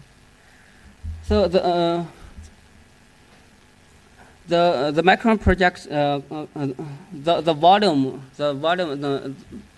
used in the Micron project is 1 millimeter cubic. It's very small compared to the true brain. And we also know that each neuron has very large, long-range projection across the whole brain. So clearly, that Micron project only reconstructs some local structure information. But if you really want to know the connection within the whole brain, the EM image method doesn't look like a good solution. Even within this 1 millimeter cubic cube, the data set is already 2 PB, and then there's a Cell paper several years ago that they estimate if we want to image the whole brain using EM imaging method, the data set will be 2,000 PB. Yeah. So maybe we can use other cheaper approach to do so we can reduce the spatial resolution by using light microscope. Okay. So even for the light microscope, if you want to image the whole mouse brain, several years ago, if you want to image the whole mouse brain using 2-photon or FMOST, FMOST is already high throughput in volumetric imaging of the mouse brain at micrometer resolution. It takes 7 to 10 days. But if you want to image the rhesus monkey, considering the bigger size of the brain, it may take 5 years, and if you want to image the human, it may be 70 years. That's not feasible for a neuroscientist, the life. Okay, so our collaborator Guoqiang Bi and Fang Xu developed a very fast volumetric imaging method. They call it VESER. So the first makes the brain clear. Oops, sorry. They have to cut the brain into multiple slices, and the thickness of each slice is 300 microns. And then they make the brain slice clear, and they put these slices into their customized microscope, and to image each slice very quickly. And then they will digitally stitch all these slices, and after that they can do neural tracing. They can trace each individual neuron's projection across within the whole brain. So the imaging speed is very fast. For imaging a mouse, it only takes 2 hours, and for imaging a whole monkey brain, it takes 100 hours. So the imaging speed is very fast, but tracing each individual neurons is very slow. So in their lab, tracing a single neuron's morphology may take 5 hours, and actually they take more hours for perforating. So this is not feasible. So if you want to get a connectome of many neurons in the brain, we may need thousands of neurons, and 1,000 neurons times 5 hours. Still lots of work to do. So we want. Oops. Oh. Okay. So this is an example data set from Weiser imaging. Actually, this is a good data for demonstrating their imaging technique. But when I started developing method for analyzing their data, the data doesn't look like this. The quality of the data doesn't look like this. It's much worse than this. So we developed a NeuroFly framework for brain-wide neural tracing. So we take the 3D fluorescence microscope image as an input, and in the first step we do automated segmentation. This is just using UNet, using deep learning approach. The difficult part is how to generate lots of training data set, and we have a solution. So this part is very easy. We generate lots of neural segments. But these segments are not connected. There are some parts. For example, here we have 2 segments, but this part is missing because of a low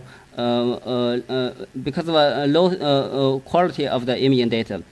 So we have to connect these segments using some automated methods. Of course, you can also connect them manually, but it's still there are lots of work to do. So we developed some automated connection algorithm. And later we need to use some human proofreading, but only at uncertain junctions with significantly reduced workloads. So we want to make all these works automated, and only let humans to do proofreading at uncertain junctions. Depends on the sparseness, yes. But we have tested on tested our method on dense area. It works as well. Yeah. But of course, as the density increases, the difficulty will increase as well. Yeah. Okay. Here, this is a demonstration of why we need a connection. So if you only do the segmentation using a deep learning approach, we get lots of segments like this, and this part are broken. And then we need a connection step to connect these segments into a complete morphology of neuron. Okay. So to make this connection step automated, we treated this neural tracing problem as a self-driving problem in 3D space. So So to trace these neural segments, we will start from a trajectory. So we have some previous points of the trajectory, and also we take the current we take the fluorescence image near the current point, and we put all these things. We feed all these things into a transformer, and this transformer will output an action. This action tells you, which direction to go in the next tracing in the next tracing point. Okay. So these are some example neurons traced using our method. So you can see that within this small region there are lots of dendrites and axonal arbors, and it all did a very good job for tracing. So when we deploy this method for our experimental collaborators to use our approach, we found that this is a oops. Let me show it. This is the real data we see. Okay, so the data has an anisotropic resolution. So for volumetric imaging, usually the resolution in the z-axis is lower than xy axis. So, so you can see clearly in xy direction, but the low resolution in the z direction will makes it very hard for neural tracing. So usually the z resolution is like five times worse than xy resolution. So I think can we enhance the spatial resolution of the raw data to make this neural tracing simpler? So the straightforward approach is just train a network and take the raw data as an input and then output the high resolution imaging data. So this idea works only if you have the ground truth data, but we don't. So how to solve this problem? We developed a self-supervised training approach, so there's no ground truth data are required. So this was achieved because XY plane has a high spatial resolution, so that we can learn some image features from these planes, and we will use this feature to get the spatial information in the z direction. So here I give you the key ideas behind the racing. So our method. So this is a super resolution network. It's a network shown here. So instead of training training one network only, we trained more networks. So here, not only trains a super resolution network, we also train a degradation network. That means this degradation network will convert a high resolution data to a low resolution data. So in this way, we can include a cycle consistency. That means if we start from a low resolution data and we apply super resolution, and then we'll apply degradation to this super resolution enhanced data, they should be the same. So the data low resolution to high resolution, then from high resolution to low resolution, they should be the same. The other constraint is the rotation equivariance. So this is assumption in the high resolution domains. If a data is in the high resolution domain, if you rotate it at different angles, then when you apply the degradation to them, the low resolution counterparts will not be distinguishable. That means they show the same similar features. Similar feature means they have a similar feature in the XY plane and a similar feature in the XZ plane. And also we have another constraint that the maximum intensity projection in all three directions, X direction, Y direction, Z direction, in this high resolution domain should be indistinguishable with the original XY plane, because the XY plane already have the high spatial resolution. Okay.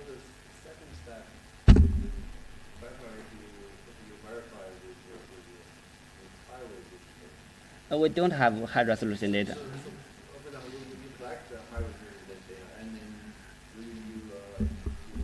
To test, to validate the method, yes. Yeah. Yes, I think in the future, when we publish the paper, publish this method, I think we needed to do that kind of experience. But for now, our experimental, our collaborators didn't collect the data like that. So I only have this raw data. Yeah. Okay. So these are some results. So this is the raw image data. If you look at the full width at half maximum, you can see that after we do resolution enhancement, the diameter of these axons become much thinner than the raw data. No, it depends on the pointer spread function. Yeah, but The if you cut the then yeah. you can overcome the Sure. If you cut the brain at 1 micrometer resolution, then of course the Z resolution will be 1 micron. But that will involve lots of imaging work. Yeah.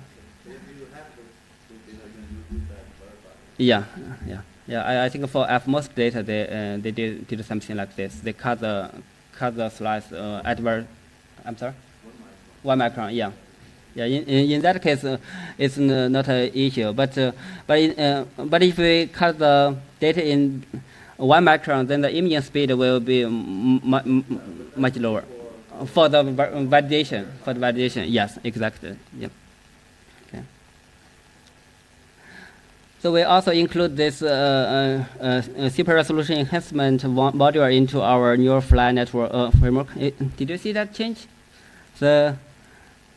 At the beginning, the data looks like this, and when people do manual labeling, they feel frustrated. But just to use a shortcut, keyboard shortcut, then the volume will be will be enhanced, and you can have a better feeling of the axonal structure. So we have we also developed some GUI for this neural tracing. It's on the power. It's built of. It's a Power plugin, so you can easily install this NeuroFly framework. And all you need to do is provide your volumetric imaging data, and it can do the automated segmentation and manual tracing. So this is an application of our NeuroFly. So our experimental collaborators using NeuroFly to trace 132 neurons, because here we only want to see the projection. We only want to see the projection, so we didn't trace all axonal arbors and dendrites. So tracing each neuron takes only 5 minutes for human. So this 5 minutes doesn't include the automated part. Okay. So I have talked about our work relating to the mapping the connection at macro scale and meso scale, and also I want to talk about the work by our collaborators. I was involved in this project, but I'm not. But I didn't lead this project. So if you want to get a very complete macro scale brain connections, the standard tool is a DTI, is a diffusion tensor imaging, is a computation method for processing the MRI data to map the brain's white matters. So there are lots of fibers here, and they compute the diffusion tensor at each pixel, and afterwards they try to trace the fiber, trace the fiber within the whole brain. But the spatial resolution of MRI is usually 1 microns, and when we do the DTI tractography, we usually assume there are there are some smoothness in the trajectory. But in our collaborators' paper in 2021, they found that real axonal fibers display sharp turns. So that means this is smoothness in the tractograph. Smoothness assumption of this tractography is not true in some cases. So we need a higher resolution for mapping the microscale brain connections. But how? So this is a recent work, and our collaborators developed this cable tractography. So cable is based on the cyto architecture. Cable means cytoarchitecture-based link estimation. So we think that it's a very good name because cable like this is also a cable in the brain, the fiber tracks in the brain. So the key idea is to infer the fiber direction from the inherent anisotropy of the nuclear soma shape and the spatial arrangement of the adjacent cells. So to better illustrate this idea, maybe we can look at these two pictures. So this is the back tracing. So the fiber is like the road, right? Fiber is like a road, but you cannot image the road. Assume you cannot see the road. You can only see this cyclist. So these cyclists, they will adjust their body shape to fit the direction of this road, and also the relative arrangement of these cyclists are also the same as this road. Okay, and also this is another example. There are lots of small villages near the river, and if you look at this house, the door of this house will face to the river, right? And also the relative arrangement of these houses are also stay consistent with the river, right?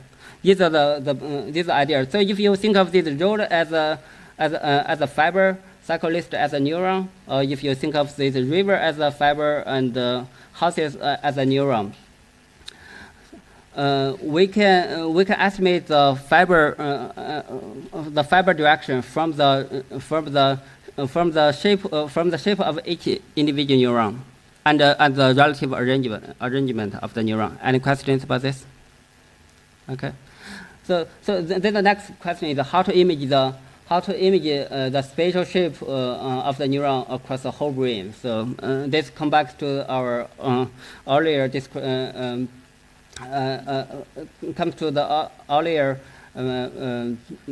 description of the Weiser imaging technique. They use the same Weiser imaging techniques, but this time they do not image the labels. They do not label the axons and the dendrites. They only label the soma or glias. So they use the DIPI or nasal staining.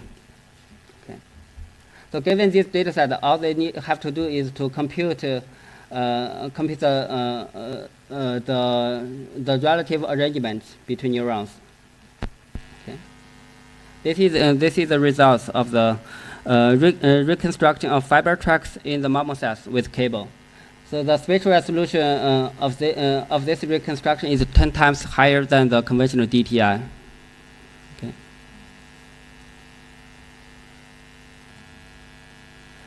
Okay. This image demonstrates the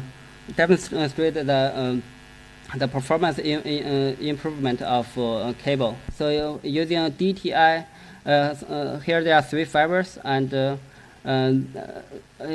DTI trajectography says that this blue bundle will go to this direction, and it doesn't project to this area. This is the DTI results. But with the cable, we can see that these 3 bundles have all of them will project to this region. And how to verify this, that cable give us the correct reconstruction of fiber tracks? We use a single neural tracing. Yeah, we use a single neural tracing. So we traced all individual neurons in this area, and we checked the projected area of these neurons, and this results match very well with the cable. It demonstrates that cable achieves a better tracing, better reconstruction of fiber tracks than DTI. Okay. So to summarize, okay, to summarize. I think in the future it's a very good research paradigm that we map the connection of the real brain, and we get the architecture of the brain, and then we use lots of tasks to train this network. and by having this digital twin of the brain, we can test lots of hypotheses and find the common principles of intelligence. And I mainly describe some of our methodology development for mapping the brain connections. And in the future, we want to improve the throughput of mapping brain connections. And also, given the more important part is given these connections, how to build a connection constrained network for digital twin of the brain. Okay. Okay, Yu is not here. I think the RNN work from Yu is aligns well with this direction. Yeah. Okay. So I want to acknowledge our collaborators in the vector imaging techniques and my students. Okay. Thank you. Any questions?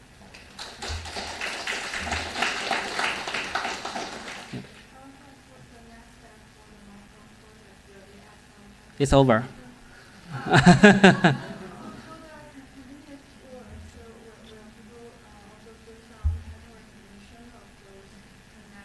Mm-hmm. Mm-hmm.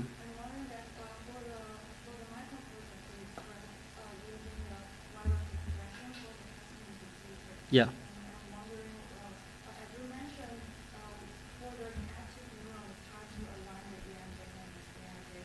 Yeah.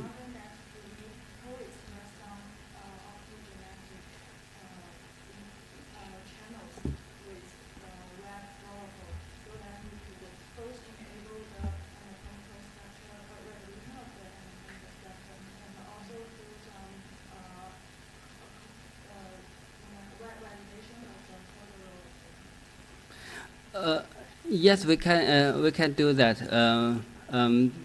But we really need the EM data for that, because collecting those EM data spends lots of money. Even for the only for the computation, they cost over $3 million.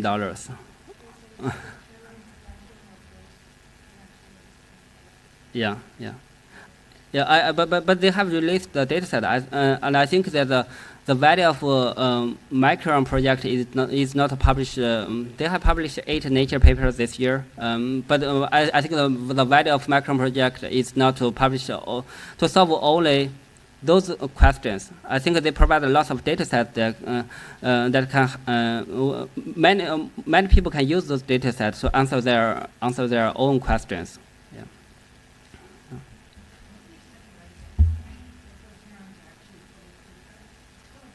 A fully what? Proofread.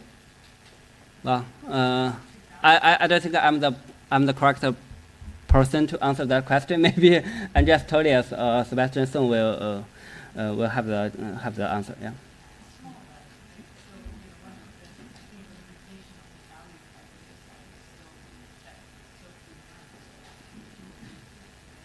Mm-hmm. Yeah, maybe, and I think they have published a paper saying that they have developed a very good pipeline for the proofreading, but they will say what they want to say, and they know that you don't have the method to test to test those things. Yeah. Okay. So I'm not sure if I understand it correctly. So in the cable method, it looks like there is some overestimation about like reaction compared with a single neuron. Overestimation. I didn't. Why is overestimation? So basically, you look at the first and second. Yeah. Looks like technical with a more densely connected. Oh, more densely connected, because we didn't reconstruct all neurons morphology in this part. Yeah. Oh, okay. Yeah, because we only want to demonstrate that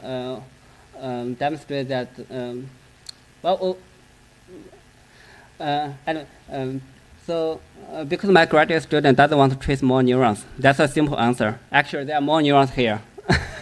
He doesn't want to spend more time on this. Yeah. So probably if we trace all neurons, we will get similar results as this one. Yeah.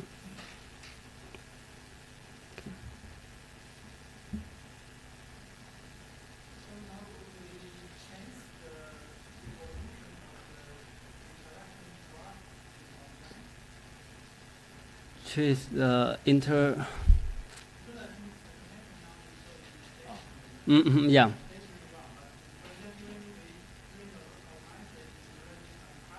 Yeah, yeah. It's evolution or development, right? Yeah. We have another experimental collaborator, Tan Liming, and he studied this part. He studied the visual system. So what's the mouse? I think it's P12 or P7, and some mouse was put into a dark room. Some mouse were put into a room with light, and they traced many neurons from RGN to V1, I don't know which area, and they found the difference. Yes, we can use this method to quantify the difference of the development. Yeah. Okay. Any more questions? I just want to comment that I think you all appreciate how hard a problem this is. Yeah. So it's, we're, all the, various brain projects in the world are trying to do similar things. I think it's, we're seeking a lot of money. So I think, I'm glad that you're working on this problem. Thanks. Yeah. Thank Pengcheng again. Okay. Our lunch break. And Jen, do you have any announcements? No? We'll come back for in the afternoon. Today I'm going to talk about the new modeling framework. So maybe you can recap a little bit in the last lecture. So basically, we said okay, we saw some kind of very complex kind of single neuron property.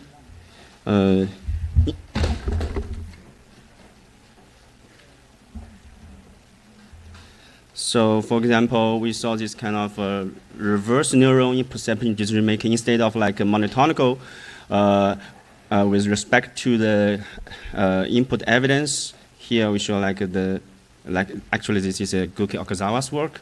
They show like this is actually there's many neurons show actually the highest fan rate for the lowest evidence, which is totally makes no sense, right? And then also we found like this kind of neuron showing kind of preference shift during the working memory. And then how to explain this? We said, okay, if we can introduce like in state space, and we can introduce, for example, for this task, we can introduce a stimulus difficulty variable, then we can explain this counterintuitive fan rate reversal. Also, if we introduce this kind of different subspaces, we also can explain this kind of preference shift neurons. And then we say, okay, then basically this is a factor-centric view of cognitive computation. Then we also introduce associative modeling language. Basically, we can also recap a little bit about this is a kind of ordinary differential equation.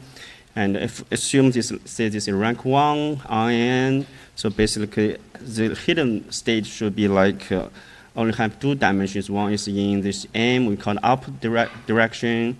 This is our input, and if we plug this in, and then we can see, okay, this is the most complicated part. It's just like this, and I showed earlier. Basically, this is just in the product between input selection factor and this fan rate, right? And here, then, I think in this kind of summer school, we talk about a lot of mean field theory. I think this is the simplest kind of mean field theory we can apply.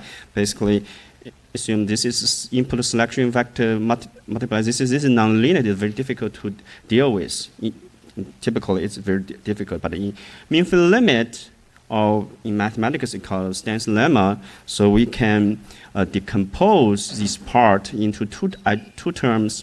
Like, let's say, also we assume there's kind of clustering structure, like this red cluster, this is a bunch of neurons, then another bunch of neurons is a blue one. Okay, so basically it's just a summation of these two parts. And the first part, it's just equal to the covariance between the connectivity and multiplied by the average gain of the population. Okay, and then this is recalled. Basically, this is effective connectivity connectivity from kappa, describe how kappa itself will affect the variable to kappa variable on the manifold of M. Okay, then basically with this formula, then we can say this formula basically is like this graph, basically describing like a different factor, how factor kind of interact with each other. For example, for this part, basically to say, for this part, it basically say how input is gonna affect this kappa called decision variable, and for this part is just the effect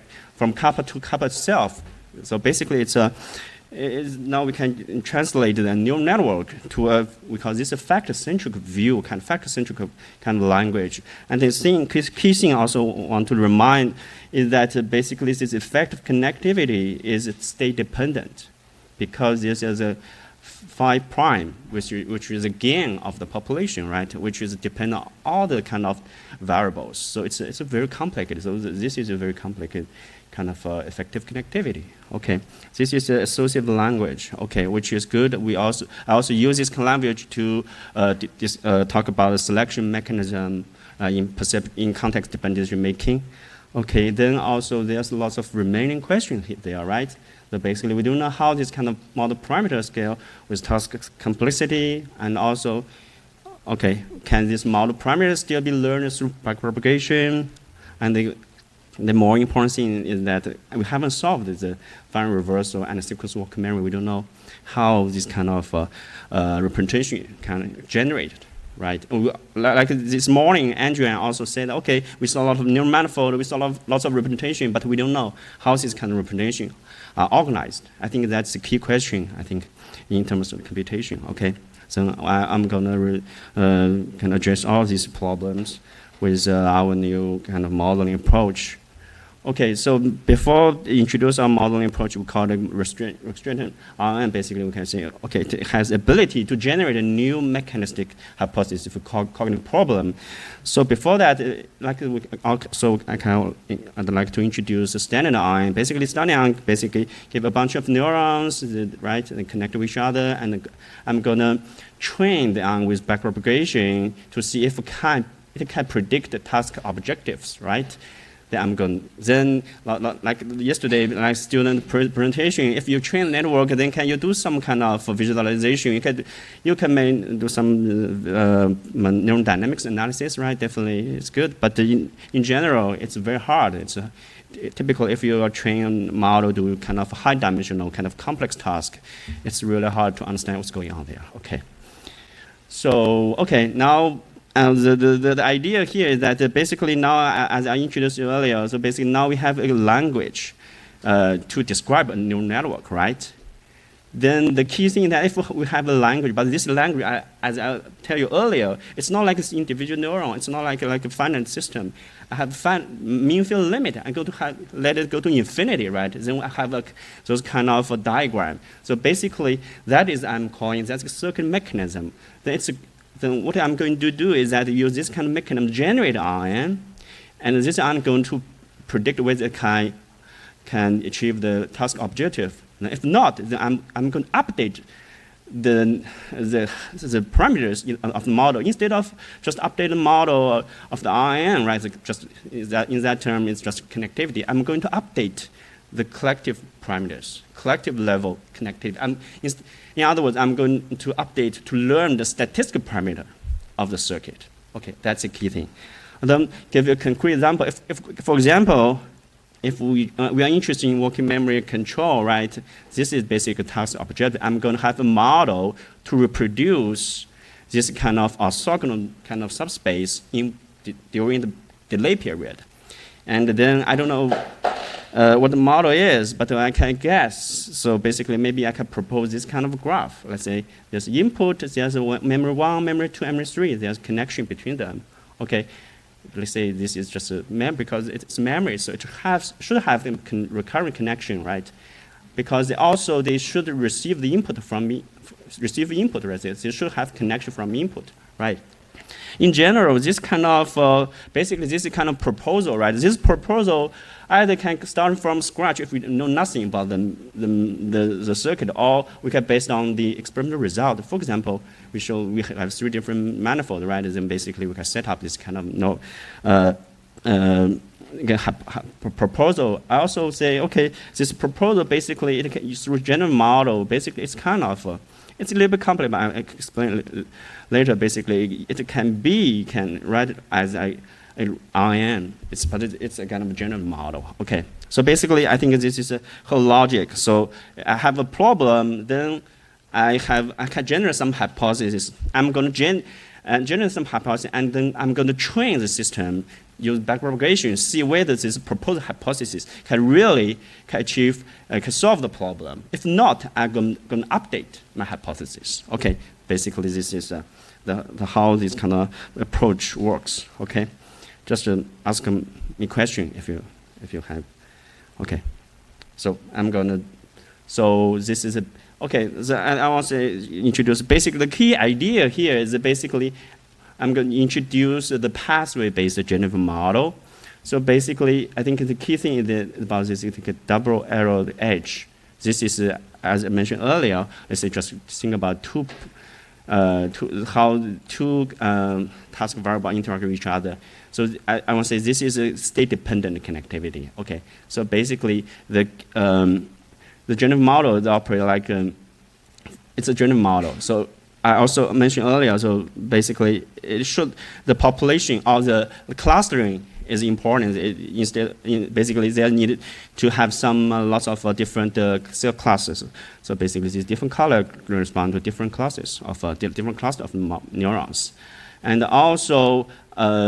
This generative model, basically, I think in the field, it's important idea. Like if people like in neurocentric view, there's a concept called communication through subspace. Basically, how neurons communicate with each other. People say, okay, it may be communicated through subspace, but here it's kind of reverse because we have the factor-centric view. So you can ask how factor communicate with each other. Basically, the idea that this factor not directly interact with each other. It's going to communicate through neurons. Okay. So anyway, I'm not go to details, but if you have this, if we can generate this kind of edge, so we can generate all the edges, then we can generate an RNN, right? So basically, we have this is basically the general kind of architecture of the model. I think that I also already mentioned that the key thing here that basically, if we have a proposed circuit, then we can add some collective structure in this circuit. Then the key thing that we can directly train the statistical parameter. I also mentioned that the statistical parameter is just this input-output. Okay, this is basically the overall input. The input strength is input strength. For each path, there's one input and one output. Okay, it's this noise basically. Different noise will generate different neurons. Okay, that's a very very simple kind of structure. So the key thing is that I'm going to, during learning, this is learning, okay, in step 1, I'm going to update only the statistical parameter of the connectivity, okay. As a control, as a comparison, if we look at the standard RNN, basically they are not operate at this kind of, we call it collective level. They operate like implementation level. It means that I'm only going to update the connectivity between single neurons, right? This is a standard kind of version. But what we are doing is that basically we're going to update the statistical parameters that connect, the communication between different variables. Okay, that's a key difference. Okay, and then, okay, that's basically that's the method. Okay, then I'm gonna, sure.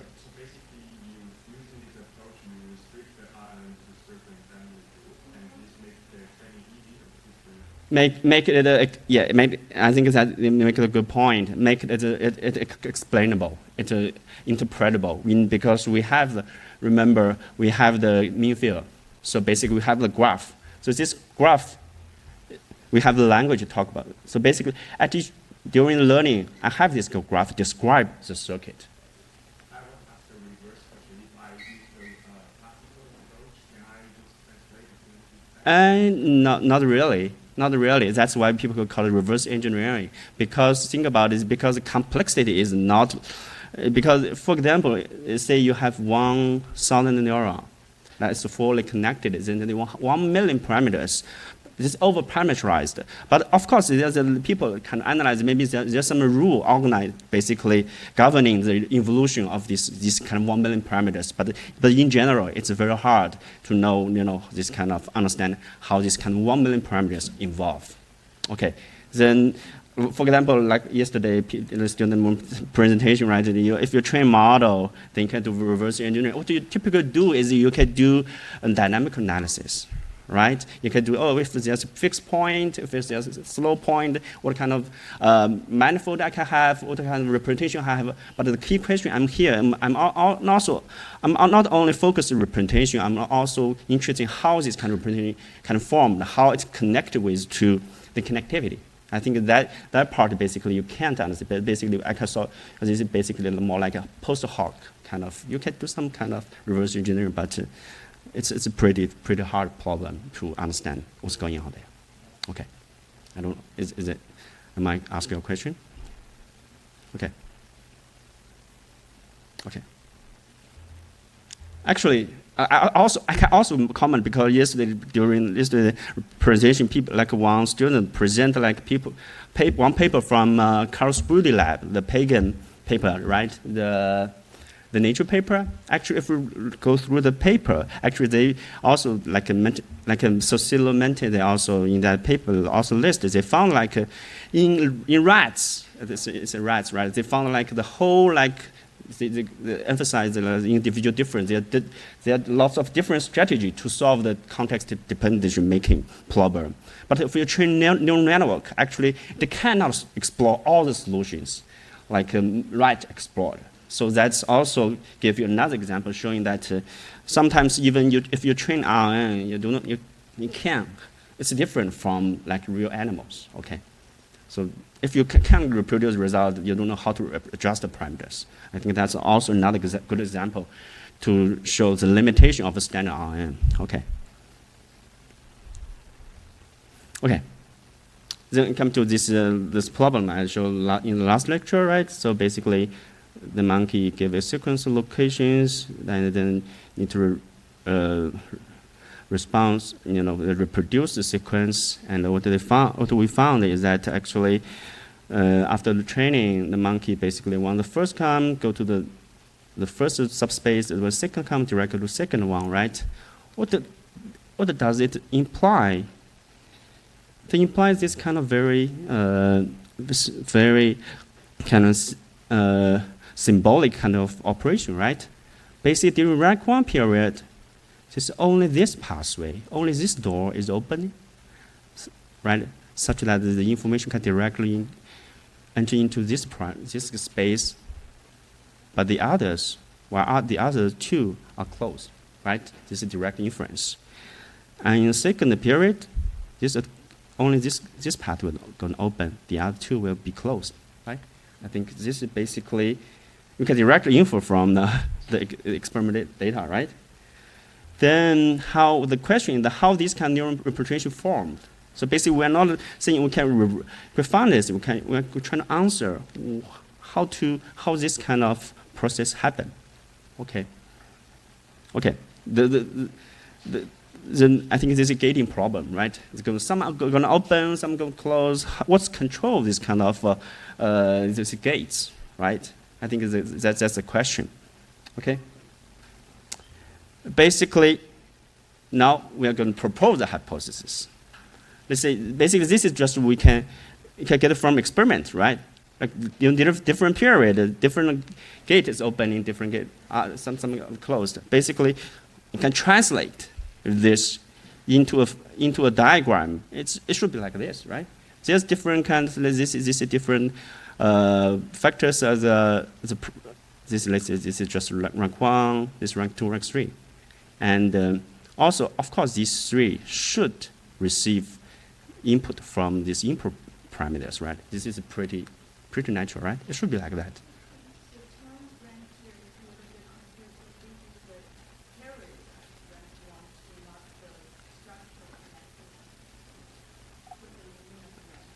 You mean this one?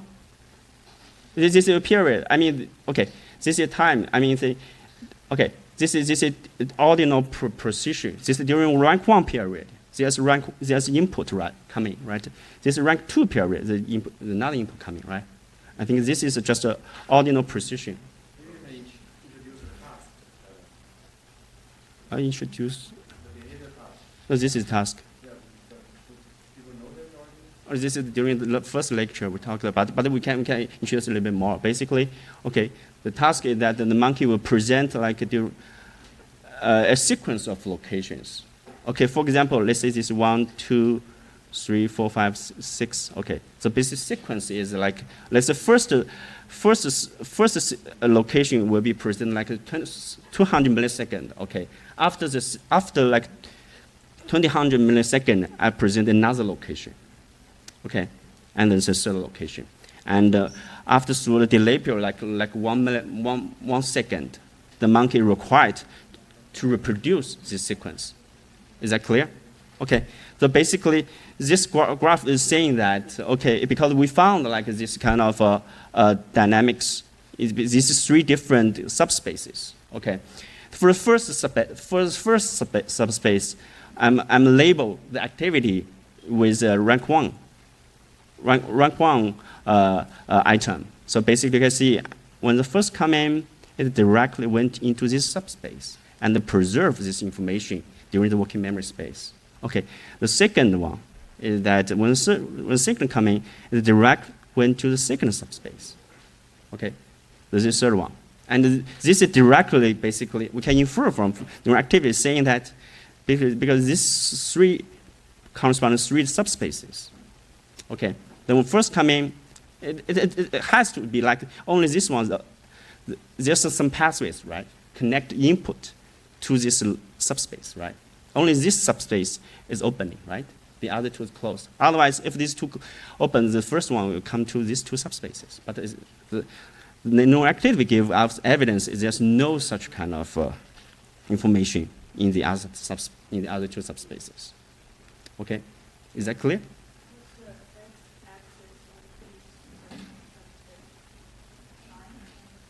Is this x-axis? This is time. This y and z are the subspace. This subspace kind of coordination. Okay, maybe I should slow down a little bit. Thank you for the question. Okay, is that clear? I think this is important to understand what I'm talking about. This is okay. 3 different subspaces. This is time. Okay, when the first coming, direct went to the first subspace. When the second coming, direct went to the second subspace, and also the same for the third one. Okay. And the 3 are orthogonal. Yeah, very close to orthogonal. Yeah. Okay. So basically, I'm trying to say, basically, because this is just an experiment result, when I say we have a language, it means we can translate these experiments to our language. But this is still very abstract, right? This is basically, I say, but I introduced earlier, like with like just 1 input and 1 integrate, right? But here, the different thing is that we have lots of different kind of parameters, like rank 1 parameter, like rank 1 variable, rank 2 variable, rank 3 variables, right? Okay. Okay. Also, I want to emphasize this path. This is effective connectivity is state dependent. So there is a path, but it's not fixed. It's activity dependent. Okay. Then essentially, I'm going to train this system because each path is going to be parameterized by the input strength and output strength, right? Then I'm going to train the system basically. Say during rank 1 period, only this one is going to be very strong. The other 2 will be very weak. And during second period, when the second come, only this one will be very strong. The other 2 will be very weak. Okay. Basically, this is my goal. Okay. I'm trying to say with this kind of language. Okay. We can train the system reproduce this kind of experimental kind of phenomenon. Okay.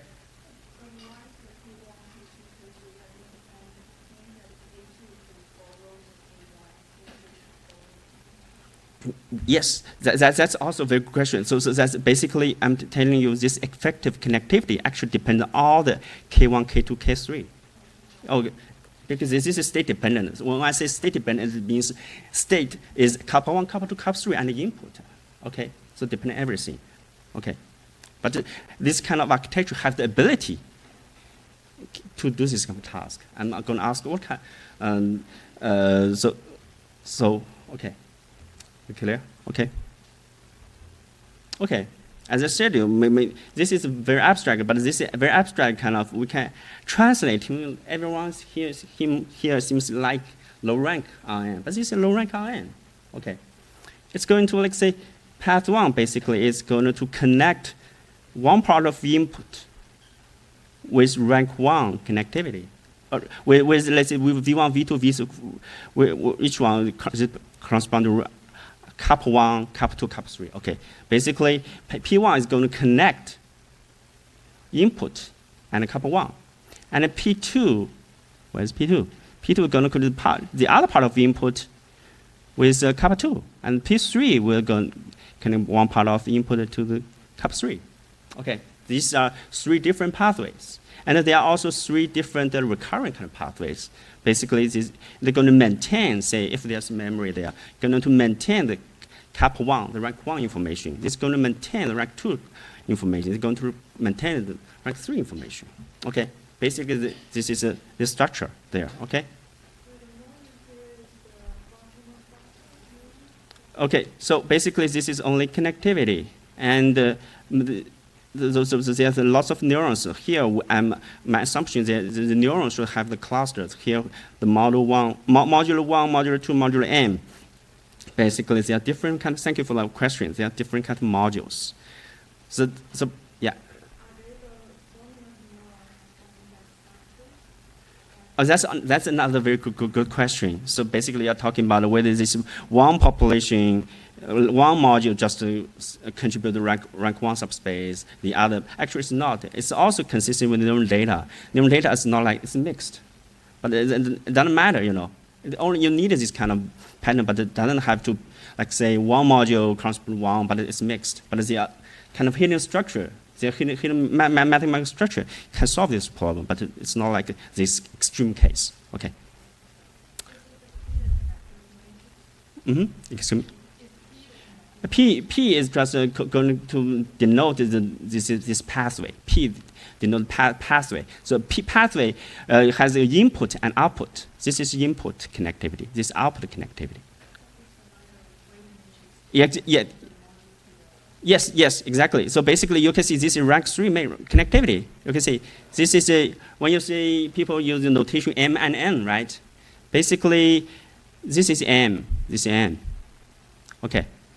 Because basically, this is 1 rank. This is 2nd rank. This is 3rd rank. Just a low rank matrix. Okay. And the cool thing here is that for each path, I'm going to parameterize with 1 input and 1 output.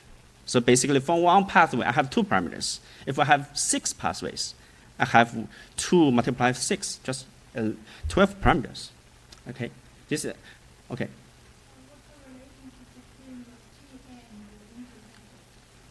Wait, P.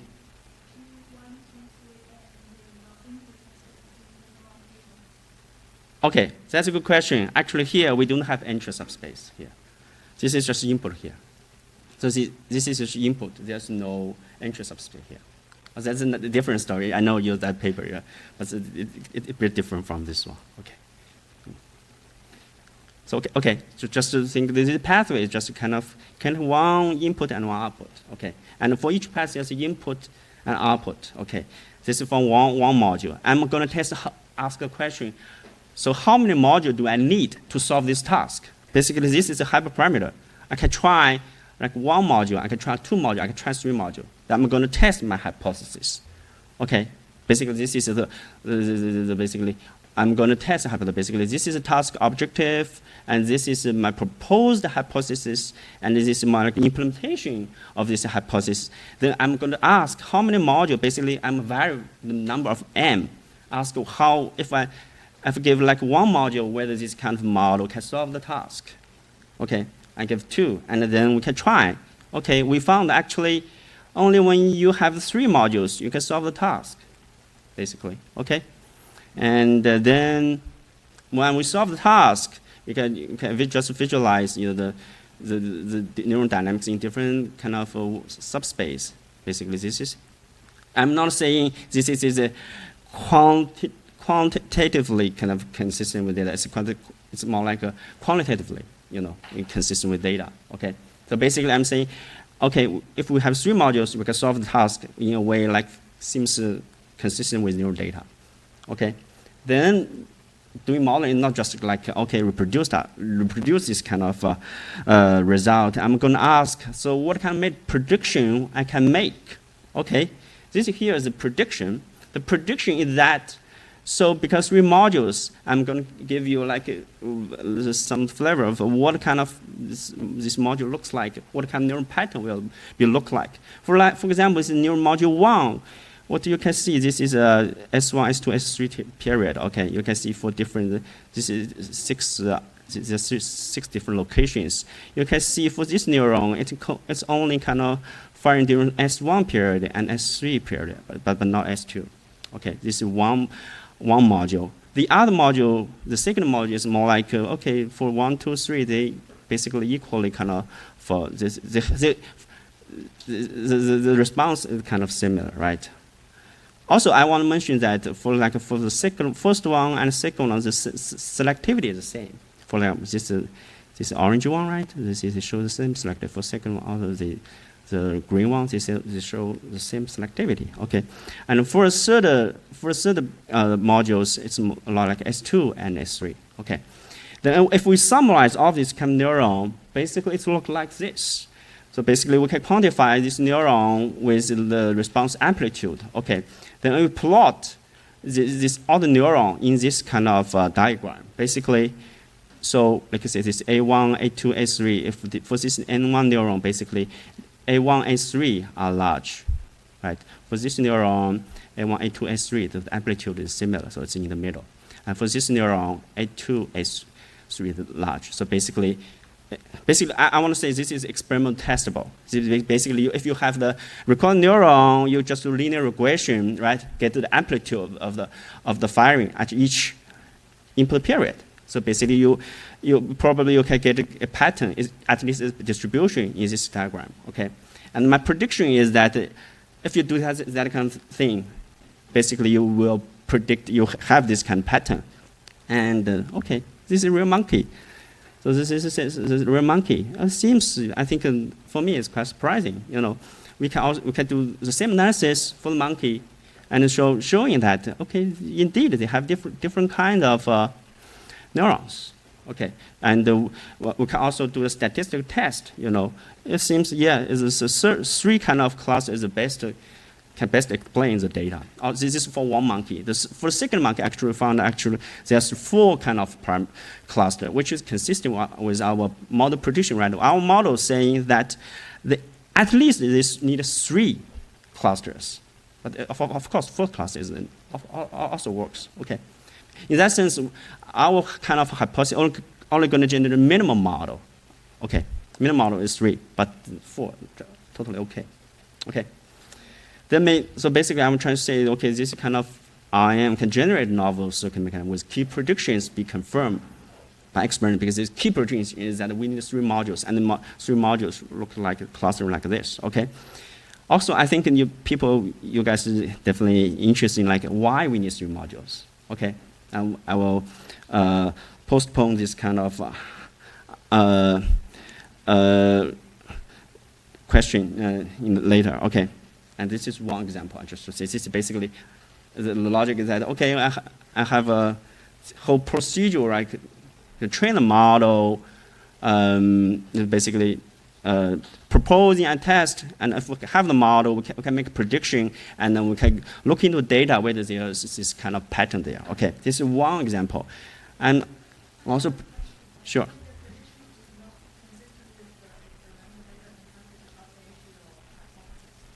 That's a good question. So they really depend on how. Actually, the second example is actually That's a perfect example showing if my prediction is not kind of very kind of consistent with data, how can I update my definitely you need some idea, how can I generate new hypothesis, right? Okay.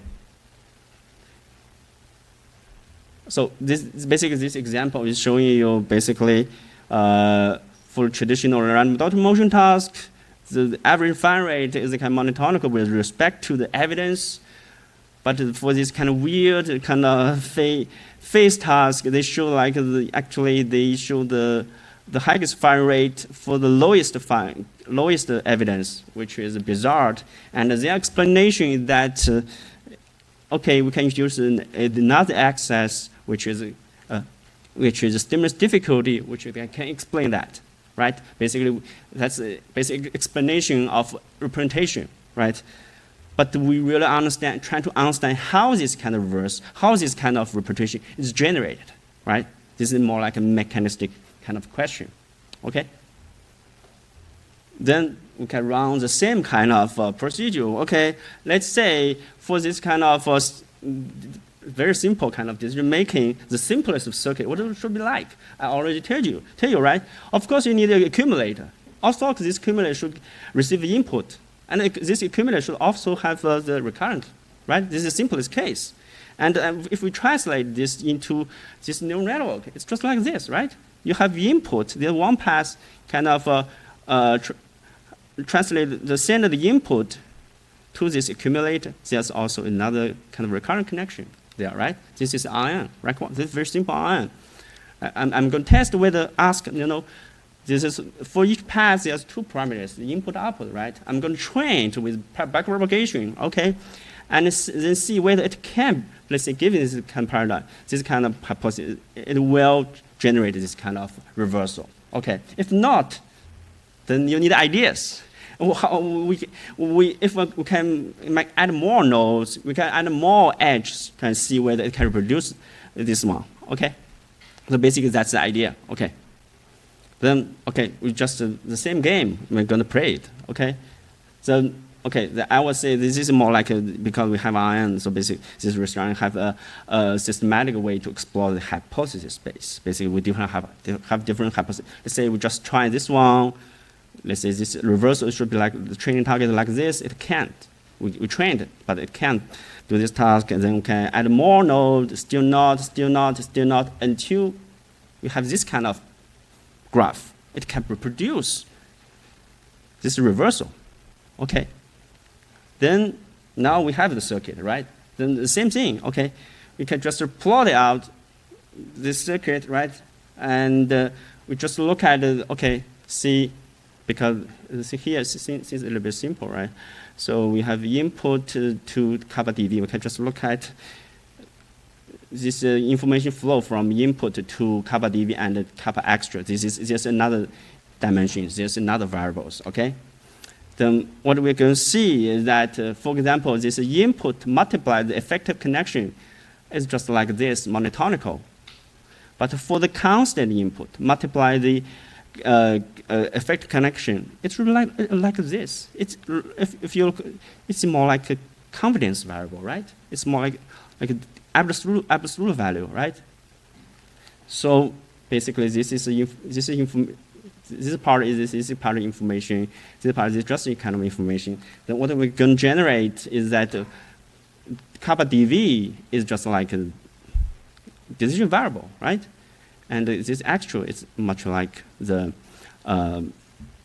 difficulty variable. Now we have them both, right? Of course, because then for the average fine rate, it's just some kind of linear combination of these two. Of course, it will reproduce this kind of reversal. Okay, basically what I'm saying is that after training, of course, we can reproduce the result. Then the key thing is that after reproducing, we have the whole model, right? We can make a prediction now. So basically, our model, what we are going to predict, basically, I'm already tell you, this is also, for this model, we only need like one module, but with different kind of pathways.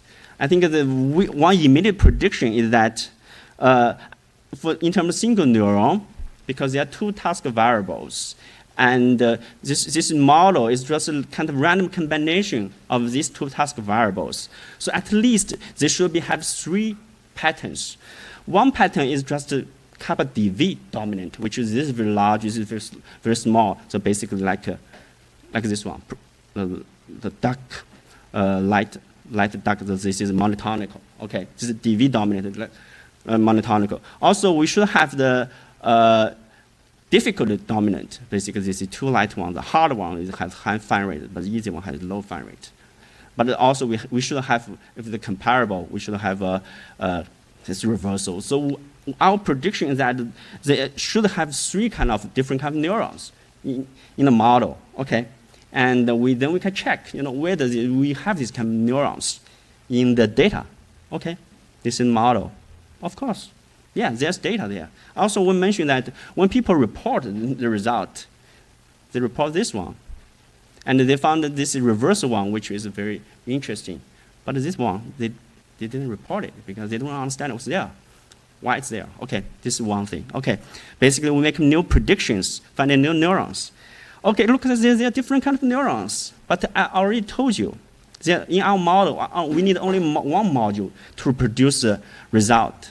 So our prediction that one module, and should be there only one module, then we can make a population analysis. Not look at just one neuron, we put them together in the DV and the difficulty access.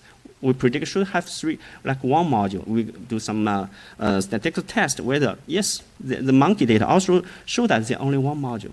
So that means that, okay, in this experiment, there are only one module cluster, despite if we trivially classify neuron like this, it should have 3 different kind of neurons. So, okay, this is one kind of experiment verified by the model. Basically, our model prediction is verified by the neuron data. Okay, we can even go further.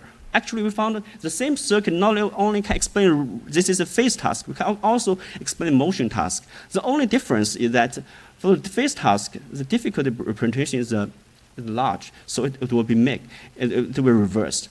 Actually, we found in motion task, the difficulty, there's difficulty kind of representation, but it's weak. So if we combine them together, still kind of monotonic. Okay, then our prediction is that, okay, because since the same model can explain all both data, then we should expect in motion task, they should also have this kind of reverse neuron and this kind of difficult neuron. Okay, I think this is for me very surprising because when people do a lot of classical random motion task, what they typically report is just this kind of neuron because consistent with our intuition. But our kind of model basically saying, oh, you should have this kind of neurons. There is, it's there. But they didn't know how to understand it. But now we have a model. Now we can provide understanding here. Actually, there is this kind of neurons. Okay. So, okay, this is how much time do I have?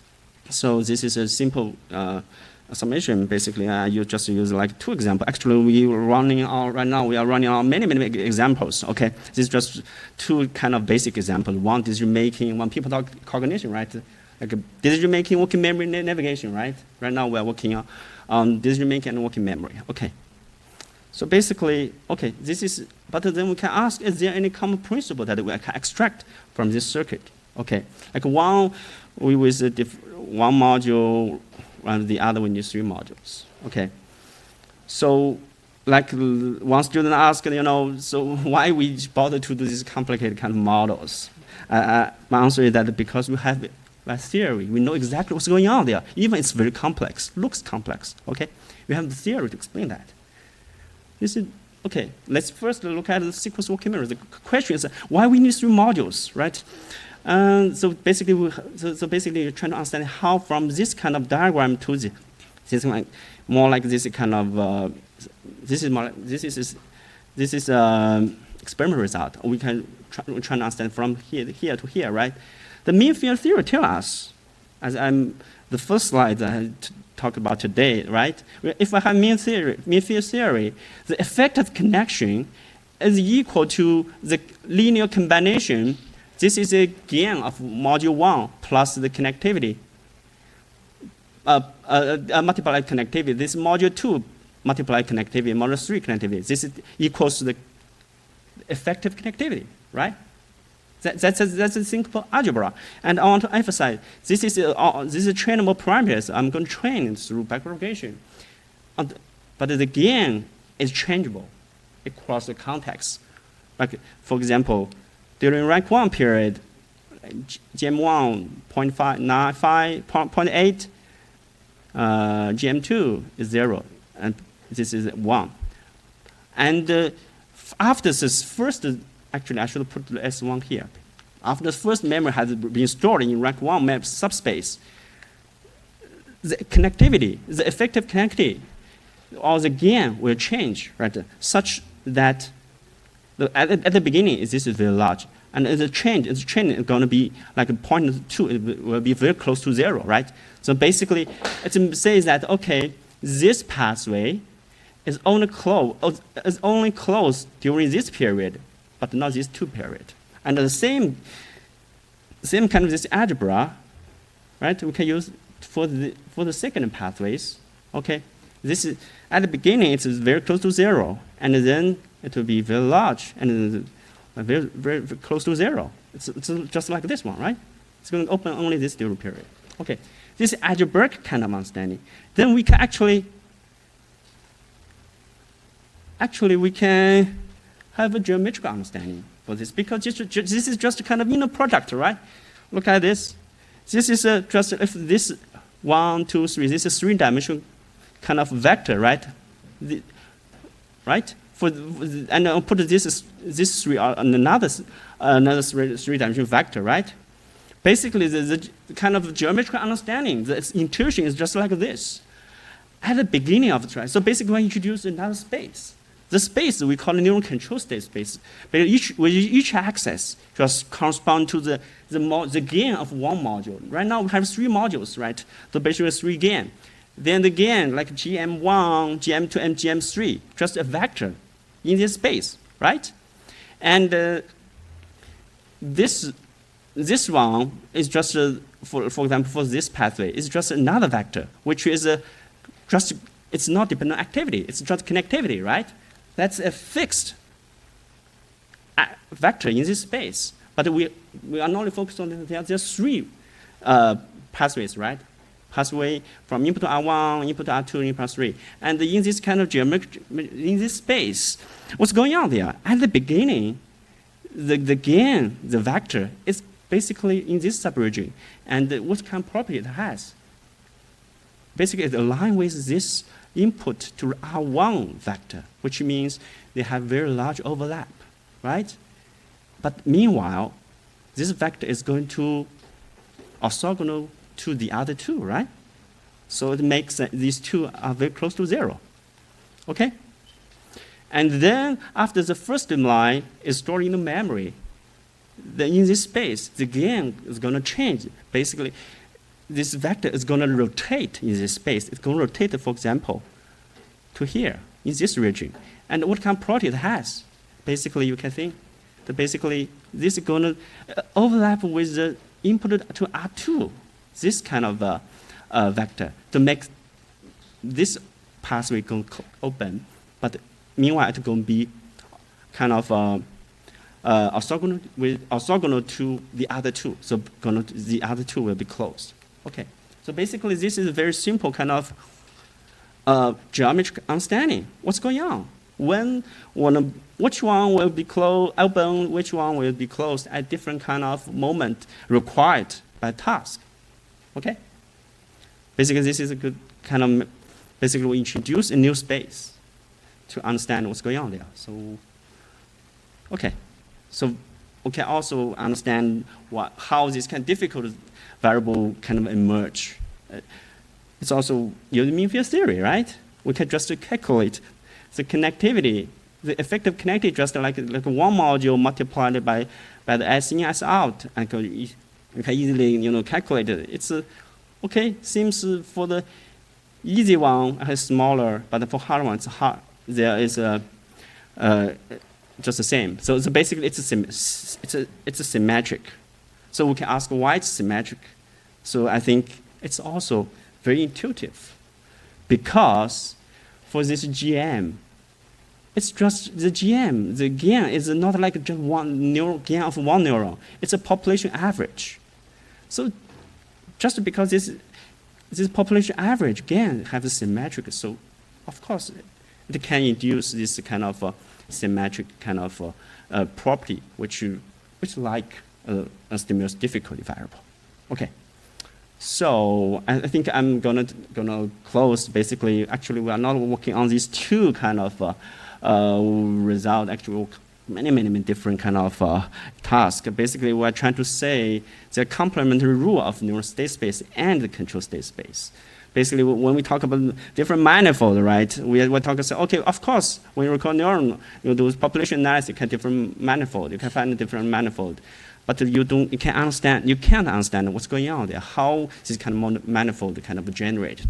And here, what I'm showing you, if we make another assumption, which is a modular assumption, so basically we can define another space. In this space, we have a better understanding what's going on there. But there, it's more like information control flow. Okay, so maybe I stop here. So basically, say our lab is not like a physical world. We have different hierarchies, right? Like quantum mechanics. And like Navier-Stokes equation, there are lots of hierarchy. But what is a multi-level kind of understanding in mental world, in cognitive science? Basically, David Maas River is very famous, right? But it's very connected with each other. But what we are trying to say, this kind of approach, basically, you can think it's kind of has that kind of flavor, right? We connect like collective level, implementation level, and the computation level, and everything is learned. Okay, so we have a 3-level and learning, and put them together. Okay, so with that, I'm gonna thank you. So all the team members in my lab. My lab is called the Interpretable Cognitive Computation Lab, like IC lab. You are really interested in like the fundamental kind of principle underlying this intelligent behaviors. And thank you, my students, especially like Ethan, he's brilliant. Okay, and my collaborator Li Ping and Goki. Thank you.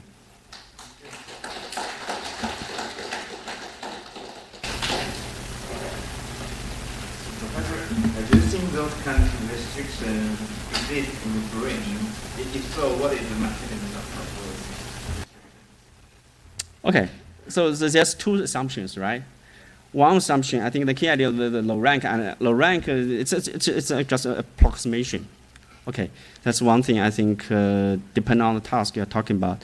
So right now, I don't know if there are strong evidence for low rank, but as an approximation, I think it's appropriate. The second one, the module. Basically, this is more like this module one. Basically, we'll say this is kind of like. This module one is more like a cell class, cell types. Different module basically have different kind of, here we define it through connectivity. So I would say this is more like just analogy, like more cell types. Okay, so if you think that there's different cell types, I think that's also good correspondence. Also, we introduce another idea like pathways, right? I think there's evidence like people like communication through subspace, right? Different, but here we just reverse it. If different neuron communicate through subspace, then the factor subspace basically is the place where factor sitting in. Okay, so basic factor is going to communicate with different neurons. I think it's also kind of consistent with empirical data.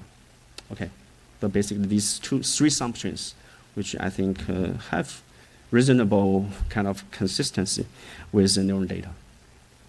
Okay. Okay, please. Two questions. So first is that I didn't quite get why the gain is changing size. Is due to the external influence, natural The gain, basically, if you're going to look at the dynamic field theory, it depends on everything. Depends on input, depend on all the hidden variables, all the factors.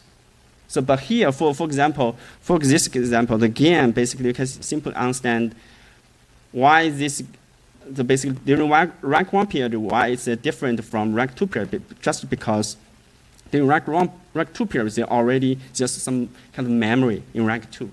So basically, again, basically quantify the state of the network. So basically, the state are different. Yeah. The second question is, like there are several papers point out that how you train the recurrent neural networks will lead to very different results. So my question is that if you keep your conceptual idea, but use different implementations, for example, different transfer functions, slightly different objective functions, will this still work? Definitely. Of course, we are very flexible, right? The objective is just learning. That's the goal. Our model going to fit, right? Also here, object like nonlinearity is not a problem. Yeah, of course we try different kind of nonlinearity. Yeah, it's very flexible. Yeah. By constraining the RNN training with the search hypothesis, would it help the RNN to learn other similar combination types after use training? Because maybe in other similar combination types, the RNN can utilize the similar search hypothesis. So maybe this mechanism will help continue. Definitely, yeah, that's a very good idea. Actually, we have a project working on the continuous learning, right? You can add, because everything you can add together, like compositional, right? Of course, we can reuse the structure. That's also, I think, one great advantage of our method, because we know exactly what this module is doing, right? We can add more.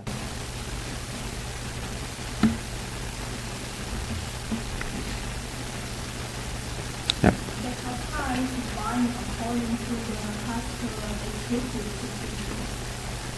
Excuse me, can you?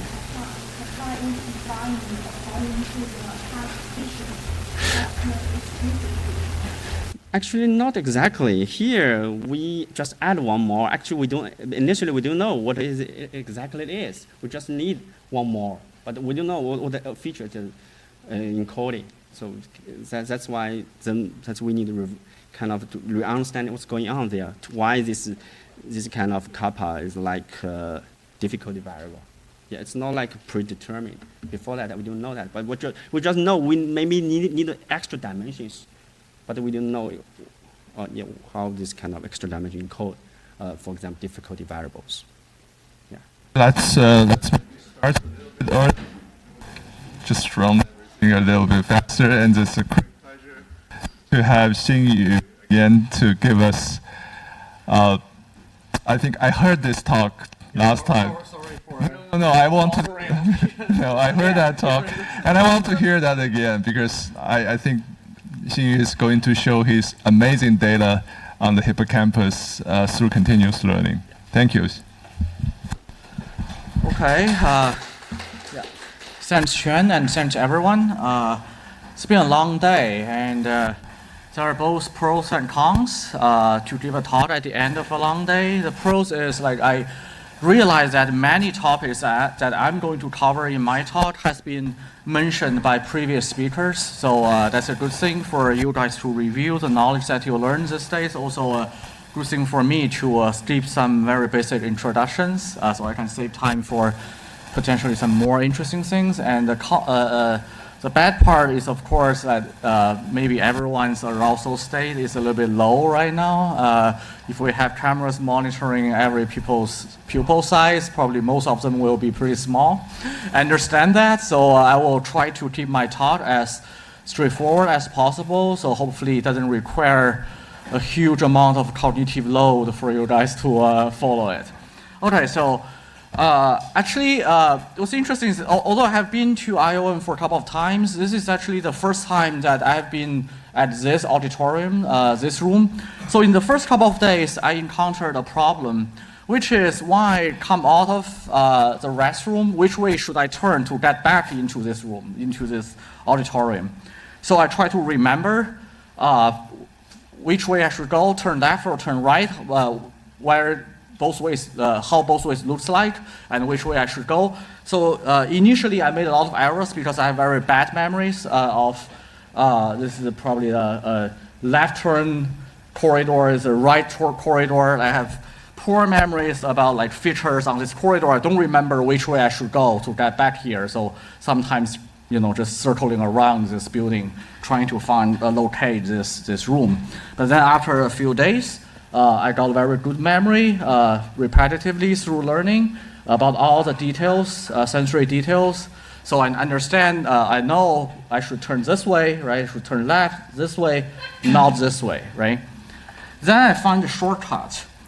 I realize that I don't need to remember everything here. I don't really need to have a super fine scale snapshot of the image. I realize that if I look left, there are a lot of red things, at least two different red things. There is a fire hydrant here. There is some decorations that some lab put on the entrance door of their lab, but I don't care. I don't care what those things are, but it looks very red. And on the other side, there is a big blue poster there. Also, I don't remember what's saying on this blue poster. It's just a blue thing. And I probably forget or start to only vaguely remember all other details. So every time I come out, I just remember I should turn to the red side, past the first red thing. And when I see the second red thing, turn right, and I will get back into this room. So what I just described is a process or a pathway that the information in our memory got transformed with repetitive experience in the same environment.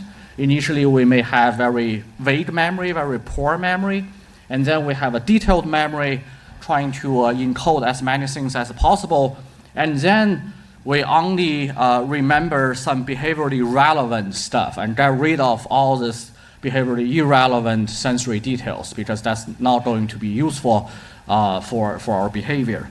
And so this process is actually what I'm going to talk about in my talk, like when we do some neuroactivity observations in animals performing cognitive tasks, can we actually observe this process of abstraction in the animal's mind? And before I go into details, I would like to first make sure that everyone is on the same page about what I mean by this word abstraction, because different people use it in very different ways, so we don't argue for just different definitions. So what I mean by abstract representation is some neural responses of some common underlying features of different objects that are invariant to sensory details. So for example, that red thing I just showed you on the image, it doesn't matter if it represents a fire hydrant or some decorations on a lab store, there is a common feature, all red squares, right? So if some neural activities correlate with this common feature, regardless of what details it represents, I call it abstract representation in my definition. And so, Okay. So, as I said, our mental model of the world typically transformed from sensory-rich experience into some abstract task structure representation, and that could be really good for generalization in our daily behaviors. And so two major questions I would like to ask or address in our study is first, because we are using mouse model to study hippocampus, cognitive map. So we want to understand, can rodent hippocampus encode abstract structures of cognitive tasks, especially when they are doing spatial navigation tasks? And secondly, if the first answer is yes, we would like to understand how does the hippocampal representation evolve during learning to transform from one mode, one pattern to another pattern. So of course, the most fundamental question is the first one: can hippocampus really represent some abstract information? So if you ask people using rodent models to study hippocampus, some of them will say no to this question. At least a lot of people in the field, actually they don't think hippocampus rodent hippocampus represent abstract structures during spatial navigation. And the reason that they think in this way is mostly comes from the place field studies. As I think everyone already knows this, like if you record hippocampal pyramidal cells, you typically, and when the animal is running around a certain maze, a certain arena, you typically observe this spatially tuned firing of single cells in hippocampus, and those are called place cells. And the reason that people think place cells is all about sensory details, not really abstract task structure, is because of mainly based on this type of phenomenon called global remapping. So what global remapping is means is that if you put animal in one environment, typically one chamber, and you switch them to another chamber, you see random shuffling of place field in the say one cells that you recorded, like shown here in this classical Moser's labs paper. If you shift the animal from chamber A to chamber B, assuming these two chambers, the visual patterns or the geometry of these two chambers are different enough, you will have nearly zero correlation of the place spatial code among say one place cells. And there are a lot of follow-up studies about this global remapping thing, of course. Just to mention one recent study, like people show that if you just rotate the maze, relative to the distal visual field in a room, yes, you will get pretty dramatic remapping, looks like a global remapping in hippocampus. But at the same time, you may find some maintained structure in neocortex. For example, in this case, it's prefrontal cortex. So based on many studies like this, people argue that in rodent, at least during spatial navigation, hippocampus is representing really about the sensory details, not the abstract structure. And the abstract structure is actually encoded by some neocortical brain areas, for example, prefrontal cortex or other part of the cortex. However, if you look at primate literature, you'll get a completely different picture. For example, also there are many studies about that, but just to show you this very old study, which I think is still very classic and very a beautiful example of how abstract information got encoded in hippocampus. So this is actually single unit recording from human hippocampus, from epilepsy patient, of course. And in this study, the researchers showed this human subject different images of different celebrities. For example, Jennifer Aniston. I don't know how familiar you are with her. I mean, if you watch Friends before, you probably are very familiar with her face, okay? And also Halle Berry.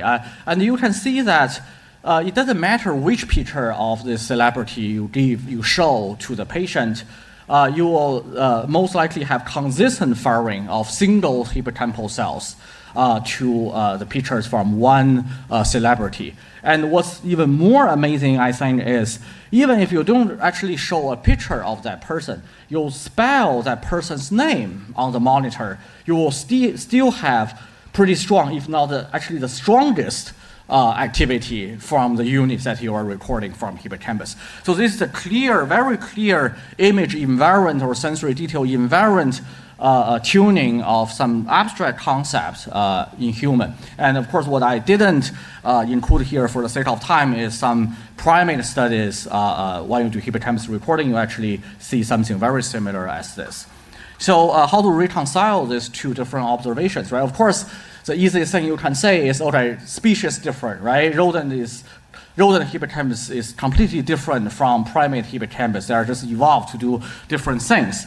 But what I think that there's another possibility, which is when you do this type of traditional place cell recordings, typically the animal is not engaged in anything. There is no cognitive task in this what they call random foraging behavior. So by random foraging is just when they typically when they do this type of experiment, they just randomly drop some chocolate chips at different places in a maze to motivate the animal to run to different locations in this arena. But the animal doesn't really need to remember anything or do any behavior based on any sensory cues, right? There is very low behavioral engagement actually for those animals when people do this traditional place cell recording.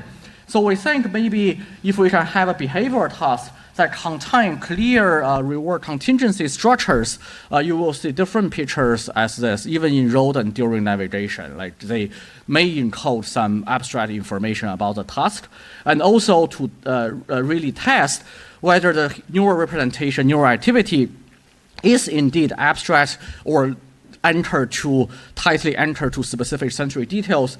We need a way to flexibly modify the sensory cues in different scenarios under different conditions to test, how that change or how that influence the neural activity.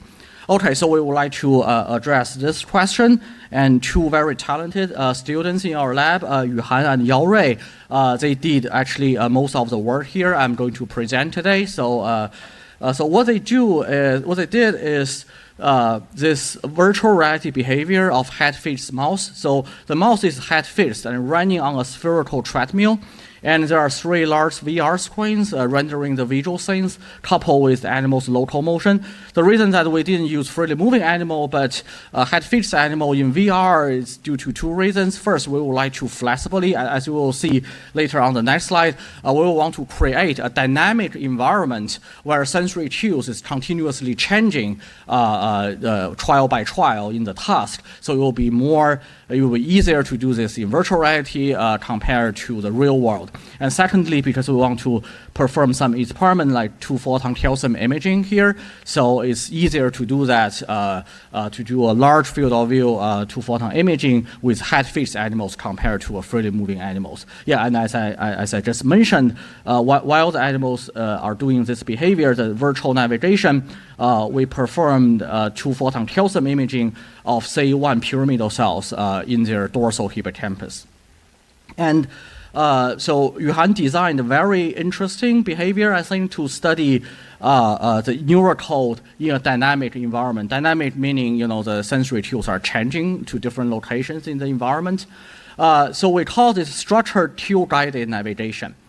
So in this behavioral paradigm, there are two distinctive visual cues. Let's call them QA and QB. And so each cue, so these two visual cues, A and B, were placed at three predetermined locations on a linear track. So the animal is just running down a virtual linear corridor from the start to the end, and then we'll have like 2 to 3 second inter-trial interval, and the animal will teleport it back to the start to initiate the next trial. And as you can see here, the QA and QB are actually randomly placed on each trial at 2 of the 3 predetermined slots, spatial positions. And the sequence is randomized trial by trial. So the animal have no way to predict, what's the sequence of this current trial's cue sequence. And one of these visual cues, let's call it QA, this QA is rewarded. The other one is not rewarded. So the animal needs to learn to slow down at the QA's location, and this is operant conditioning, so the animal needs to give some behavioral report to lead the empty lead port, trigger the reward out, and collect the reward. Okay, so we call this structured cue-guided navigation. So you'll be wonder why such a weird name, right? This looks like just very simple go-no-go behavior. If you just think about it, there are 2 cues, one rewarded, one not rewarded, right? Just a go-no-go behavioral task. But we would like to emphasize that because of this clearly defined trial structure from the end to from the start to the end of the linear corridor, it's actually more than a go-no-go task. Because first, so this task contains several structures for each trial, although the sequence is randomly shuffled. First, as we can see, each cue appears once and only once in one trial. So always 1A and 1B on one trial, right? So never AA, BB, or nothing. So that's one structure for one trial. And another thing is, as you can see here, we designed the task in a way that all those cues are only located at 3 predefined positions. So only one of those 3 slots, right? Those slots are defined, not randomly changing. And also, if you think about the reward, which should be important for the animal's behavior, there is one reward and only one reward per trial. So those are some structures that this simple task contains for each trial. And we will see at the end whether this matters for the animal's behavior. Okay. So the reward is always associated with Reward is always associated with A, yeah. With QA, yes. But how do you know that the animal care at all about the other? We'll see later. Yeah. Later we will perform. Yeah, actually, I'm going there in 2 slides, so you will see how we know that. Okay. So you go back to start when it arrives at the end? Oh, unidirectional. They always run in one direction from start to the end. Yeah. But that they learn. Sorry, what do you mean? Oh, it's actually pretty hard for them to move back on a ball, right? Because it's not real world. It's on a ball. Yeah. So they go all the way to the end, and it's Yeah. at the end that you. The teleport them. So there are 2 to 3 second blackout of the screen and teleports. Yeah. Exactly. You can think about that. We have an end queue or start queue, whatever you call it, like trial segmentation queue or whatever. Yeah. Okay. And as I said, we want to modify this environment with different sensory cues, right? We don't want to keep training the animal in one boring environment forever. So the reason that we have 2 distinctive visual patterns at the beginning, but at 3 different locations, because later on, after the animal trained to becomes expert in this task, we introduce a novel sensory cue that at the empty location, the previously empty location. And this novel cue, we just call it QC here, is also rewarded. So the animal is required to learn this novel cue reward association after already learned the general structure of this task in pre-training stage. And after that, we think if the animal really learned the trial structure well enough, it should actually be able to infer the last position, the last slots, either sensory cue or reward status without seeing any cue here, right? Because as I said, there is a structure that always 1A, 1B, and 1C after we introduce C here. So A, B, C, although the sequence is randomly shuffled, but it's always 1 cue per trial, right? So if the animal really learns the structure, it should be able to do this inference task. At the end, we will see, when the animal performs this inference task, how the neural activity looks like. Yeah, so this is generally the behavioral procedures we have for the animal, and we are going to track the hippocampal representations throughout the entire training or learning stages and see how the cognitive map in the hippocampus got transformed. Okay. For the inference, you actually deliver the reward? You mean for the last one or for the previous one? For the last one. The third.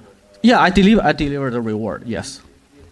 If you want to really say it's inference, you don't have a reward. They should stop it. Yeah, I mean, I need to, I think I already mentioned, but sorry, maybe too fast. This is the operant conditioning task. So the animal need to lick, the empty lick before we deliver the reward. And the reward delivery is triggered by the animal's licking. So this is actually anticipatory licking of the animal. But after the animal licks, we still deliver the reward, because otherwise we're worried there will be quick extinction stuff going on. The animal just quickly think this is not rewarded anymore. Okay.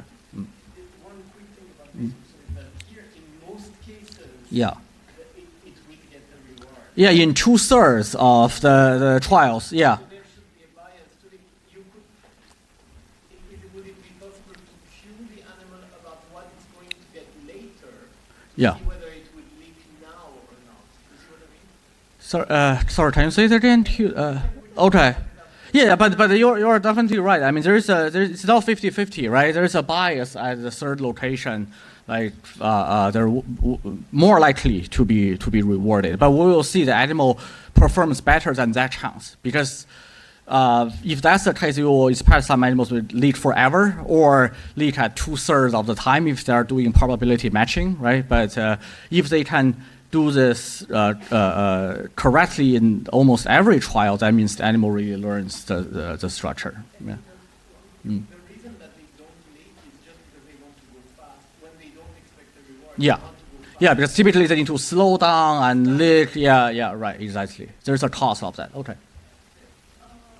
But I think in this task, the mouse only needs to remember whether it gets the reward, so it can guess whether there will be a reward. Perfect. Yeah, exactly. I mean, Yeah, you actually spoil the story. I mean, this is exactly what mouse is doing at the end. You will see. That's my point. Yeah. There's no punishment. The only punishment is like Rava asked, is just cost of their time or effort. Yeah.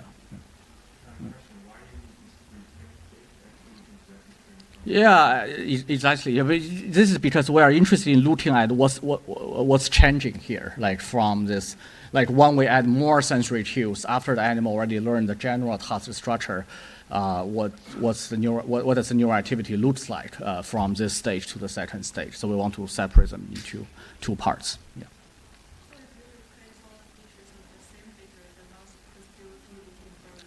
Oh no, of course not, because it needs to know which one has no reward before, right?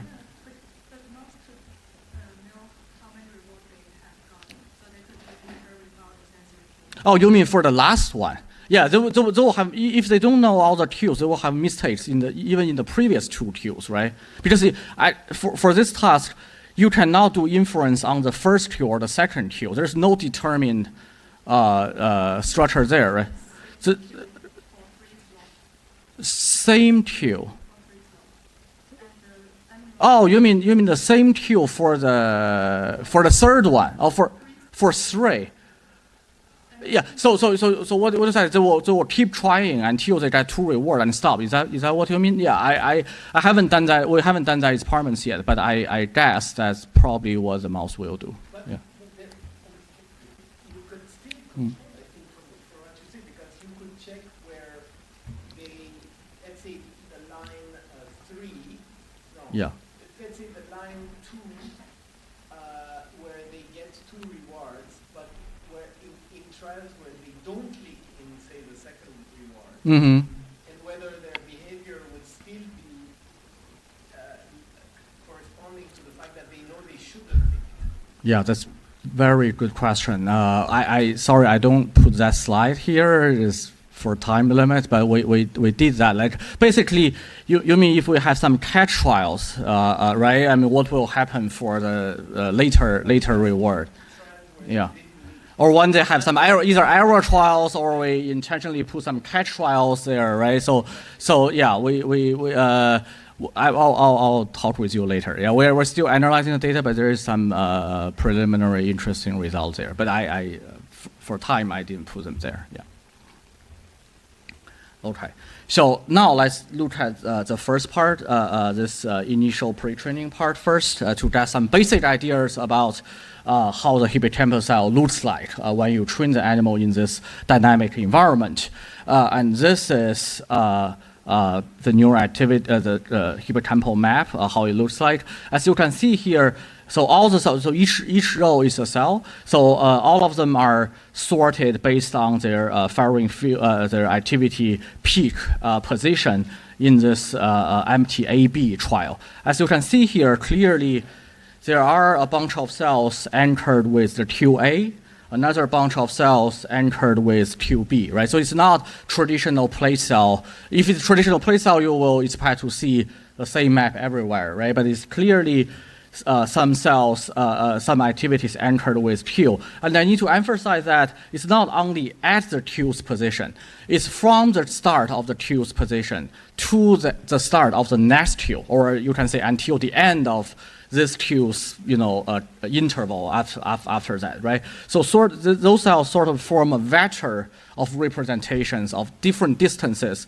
from the start of each individual Q's to the next Q, right? So those are what we call, the landmark cells, landmark A cells or landmark B cells. Of course, there are also place cells, as you can see, have activity at the start or the end of the trial. That is expected because regardless of the sequence, you always have the same start or have the same end, right? So that's not surprising. Different, each map is labeled here on top, like it's one sequence of one Q sequence, because there are two Qs randomly placed at 3 different locations. So basically, there will be 6 different trial types. So yeah, so it's all sorted based on the first map, the MTAB2 sequence. And so each plot here represent a different Q sequence on the trial. Are both cells, or just like you only show here that are active at the first time? We have some thresholding to pick up active cells, but not only active for this condition, active for all conditions. Look at the log panel. Yeah, yeah. In that, you can see there are some locations that are basically no active cells. So maybe there are like other cells that were covered part of the location. No active cells. Which part have no active cells? The lost vertical red line. Maybe here? Yeah, that part. There are some cells here, right? Okay, this is small fraction. Yeah. Okay, so yeah, but if you just look at this heat map, I think it's already pretty obvious that Q have a very big influence, sensory Q have a very big influence to the cell's activity. But if you look at more carefully, you will find actually many cells they are not only only selective to the visual Q, but also the position, like where you put that Q, right? So this is, I think, a very good example for a QB cell, but preferentially active when you place QB at position 1. This is a QA and position 3, right? So many of those cells, actually most of those cells, will actually observe a conjunctive code of sensory Q and positions. And position, you mean? I mean which slot? There are 3 different slots, right? Like which slot I put the Q to? Yeah. And what's more interesting, we think, is you also have a small fraction of cells, although less than QA and QB, but also significant portion that we call it empty cell. You see, this cell selectively active at the empty slot, like the slot that we don't have any visual cues. But you see some cells not suppressed but activated by that condition, also conjunctively with a certain position. So this means the animal indicate the animal may really learn the 3 slot structure. I see at least have some representations of this structure in their mind. And yeah, as I said, because this is a conjunctive code of Q and position, if we calculate a spatial selectivity index and Q selectivity index in this 2D distribution, as you can see, most of the cells have actually pretty high selectivity to both parameters. But if we do a generalized linear model fitting to look at whether they encode more information of position or Q, I hope you can appreciate that their selectivity or their activity are more linked to the sensory Q compared to the position, which is also I think obvious here because generally speaking, the Q selectivity index is higher than the spatial selectivity index, which is totally expected. I'm not surprised by seeing that because anyway, this task basically is a Q-guided task, right? The position actually, in theory, the animal can completely ignore which position the Q is. It just remember which Q is rewarded, which Q is not rewarded. But the hippocampus sort of naturally generate a spatial coding conjunctively with a pretty strong Q selectivity. So as many people saw, and this is also in different brain areas, I think you probably already heard about this in previous lectures. This is mid selectivity. It's actually not surprising because you almost always see mid selectivity when you go into record cognitive brain areas when the animal is doing a task. But if we don't look at individual cells, we look at the population coding. What's the geometry of the representation of these 2 variables? Okay. How much depends on how you learn? So if you put the mouse in the track, in the virtual track without the cues. Okay. Without the cues. I've never done that. Yeah. They learn that, and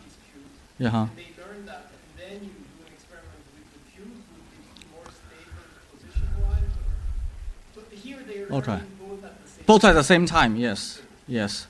Yeah, never done those experiments. Don't know. Yeah, but what people have done is to let the animal run on an empty track and then put some landmarks in the middle.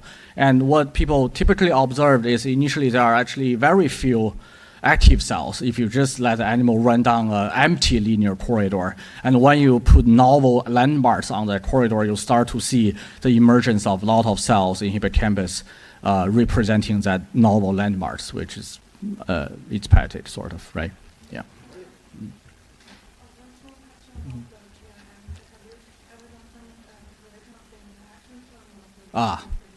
Yeah. Tried, yeah. Contribute a little bit, but yeah, very, very, very little, yeah. What if you don't have position at all?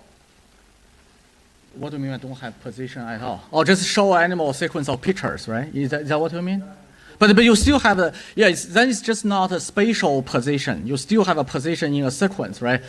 Yeah. Completely ignore the space. Well, yeah. Not sure if I want to completely ignore that, but I see what you mean. Yes, actually, several people asked me about that. Like, first, I can't give you a definite answer because we haven't done that in this department. But my guess is it will be harder to train animal in that way. But eventually, the animal can still learn. Yeah, that's my speculation based on my experience on training animals. Yeah, it could take a bit longer if that's the case. Yeah. Okay, so then we combine the neural activity into this population vector. So by population vector, it basically means if you align all the neurons' activity under a certain task, a variable defined condition, so you get a vector representing that condition, right? So what are the conditions? So because we have A, B, and empty, so if we also consider empty as a sensory tube, right? So we have A, B, and empty, so 3 different kind of sensory tubes, and 1, 2, 3 different positions. So then there are 9 different combinations that we can look at for the population coding, right? And we calculate the population vector for this 9 different combinations of conditions. And then if we do some dimensionality reduction using a multidimensional scaling, there is a very interesting geometry emerged in the system. So although look at each individual neuron, it looks like sort of random, they always have mixed selectivity. But if you do dimensionality reduction, I hope you can appreciate that the encoding of sensory cues and positions are on nearly orthogonal dimensions. Like you can have one plane, actually 2 dimensions. Let's see this MDS1 and MDS3.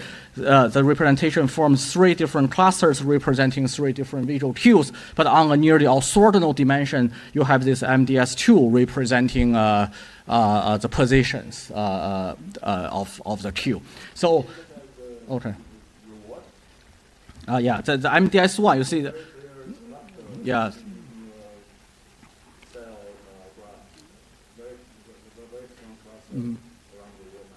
Not only around reward time, yeah, around Q time, right? Yeah. So this is a rewarded Q, right? This is a Q. Yeah.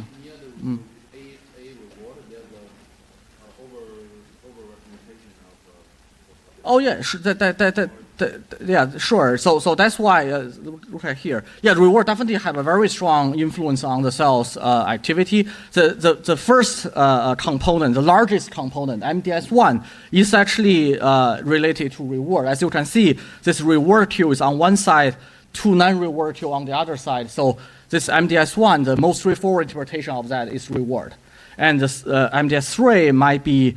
You see the empty on one side, QA and QB on the other side. This is just the presence or absence of visual cues. And MDS2, this is orthogonal dimension encoding different positions. So this is a pretty good disentangled representation of different task variables as observed by actually many labs studying primates, either in monkeys or in humans. And if we use some terminology from Stefano Fusi's analysis, what they call this abstract representation, because imagine that if you have a linear decoder, you can decode sensory cues or positions regardless of the other factor, right? Because you can use the same general linear decoder to decode sensory cues at every position. Okay, question.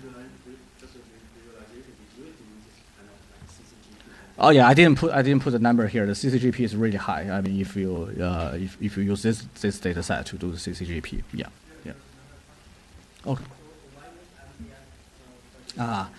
Yeah, following Stefano's tradition, but we also did PCA. It's not that different. I mean, of course, it's not exactly the same. You will see some, twist here and there, but if you do PCA, it's still orthogonal. Yeah. Okay. So a little bit summary of the first part. So yeah, the basic characterization of the hippocampal cells representation in a dynamic environment. So for each individual cell, we see conjunctive code of Q and position, and it's a population level. It's a disentangled representation of these two variables on nearly orthogonal dimensions.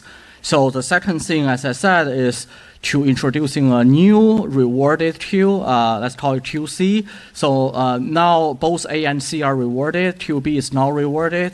So let's first look at the animal's behavior. So interestingly, the animal actually learned this new Q reward association very fast.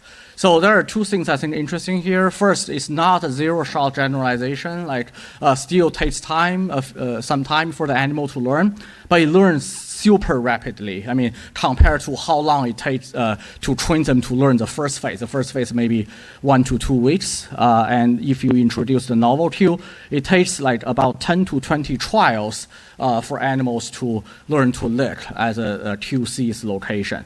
So this is the success rate of the animal. You'll see a learning curve, but the learning curve goes up very quickly.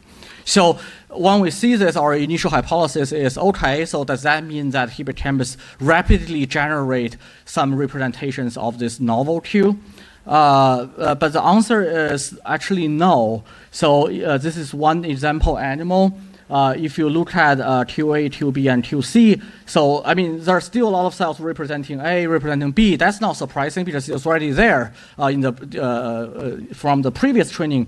But there are very few cells actually representing QC's location. There are actually some cells activated at both A and C. For example, if you look at this figure, like maybe those lines, right? So there are a small fraction of cells, looks like they just care about reward, right? Not individual sensory cue.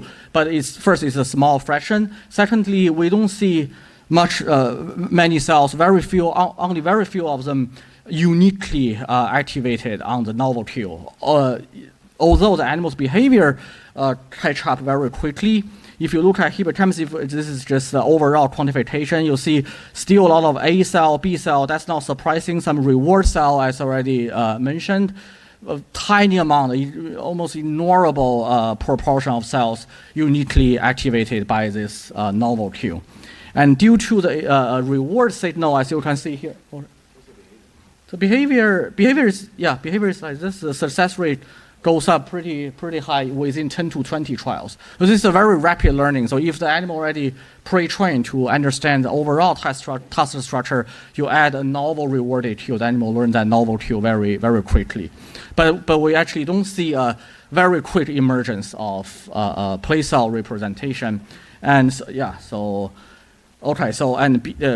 because the existence of reward signal, what we actually see is that it's still orthogonal representation of position and cues, but now these two rewarded cues are very close to each other in the space. That's because you have a common reward signal in a subpopulation of cells there.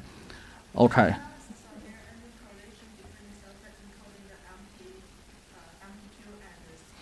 Yeah, I removed that figure, but it's a very high correlation of that. So it's like still the roughly, of course not exactly, but roughly the same population of cells active there as a previously empty location, even though you put a novel cue there. So it's still the same group of cells largely that are firing at that place. Yes.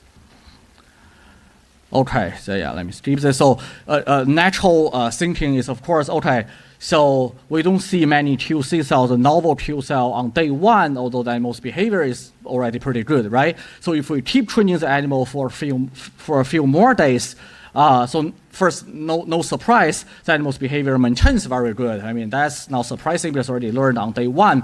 But then we will see gradual emergence of representation in hippocampus to this novel cue, right? So you may think, okay, maybe one session is not enough for the hippocampus to generate that representation. Maybe it takes longer time.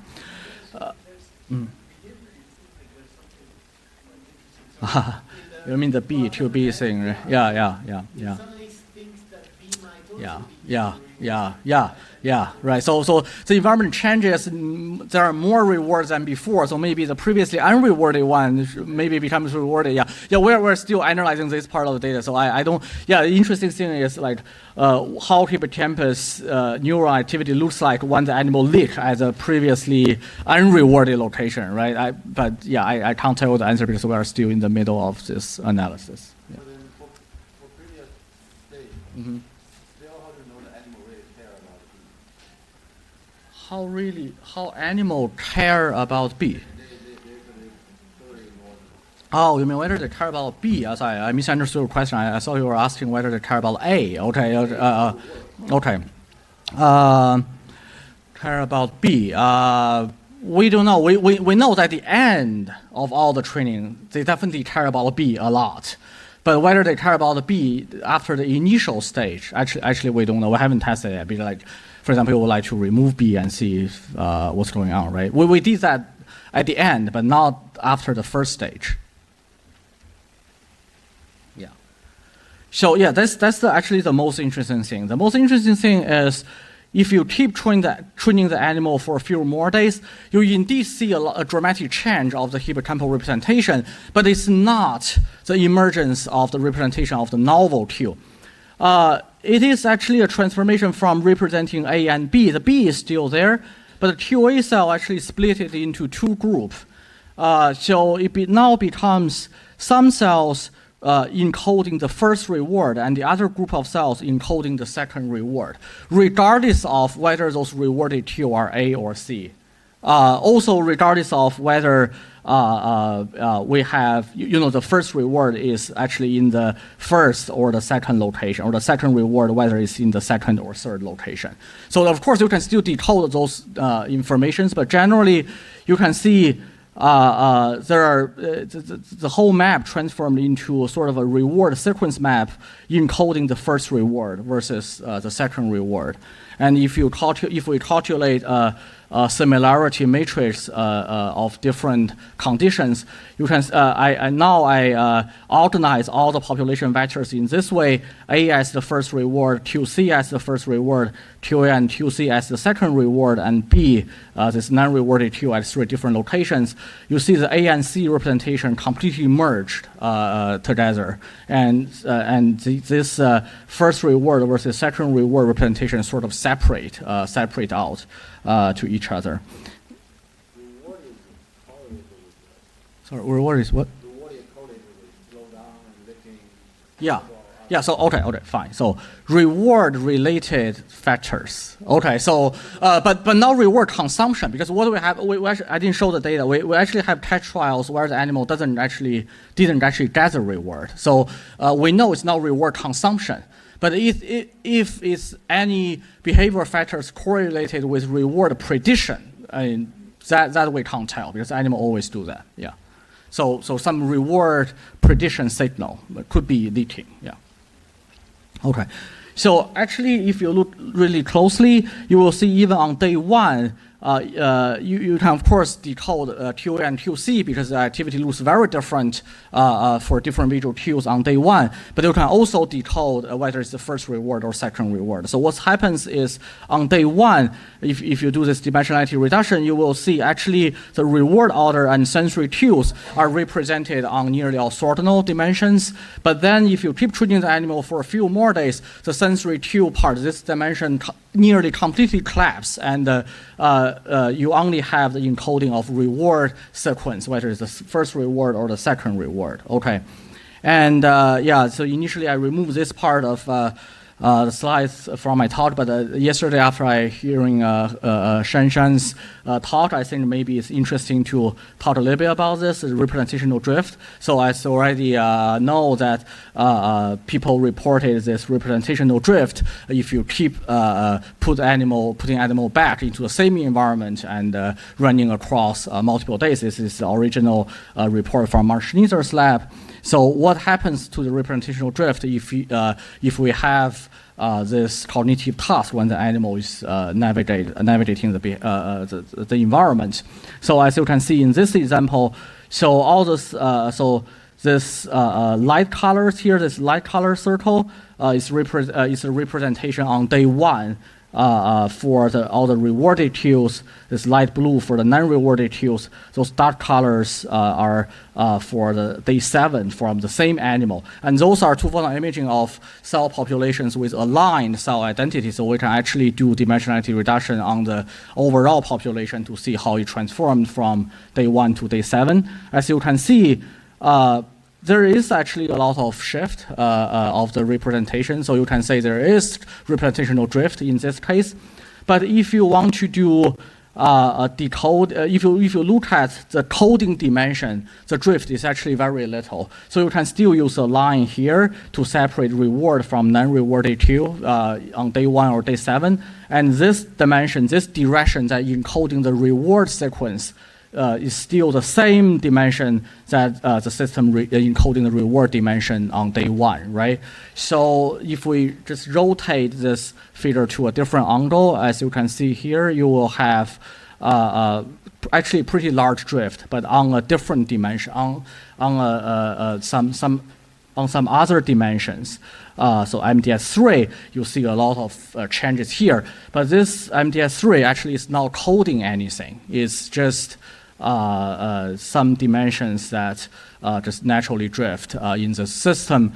So as supported by this piece of data, we think maybe one way to explain why you see some representational drift in the neural code, but the animal seems to still maintain a stable memory or stable behavior pattern across days is, although we call it a drift, but it's actually constrained on some null dimension, some null space. So it's not really impacting the animal's coding of task-relevant information.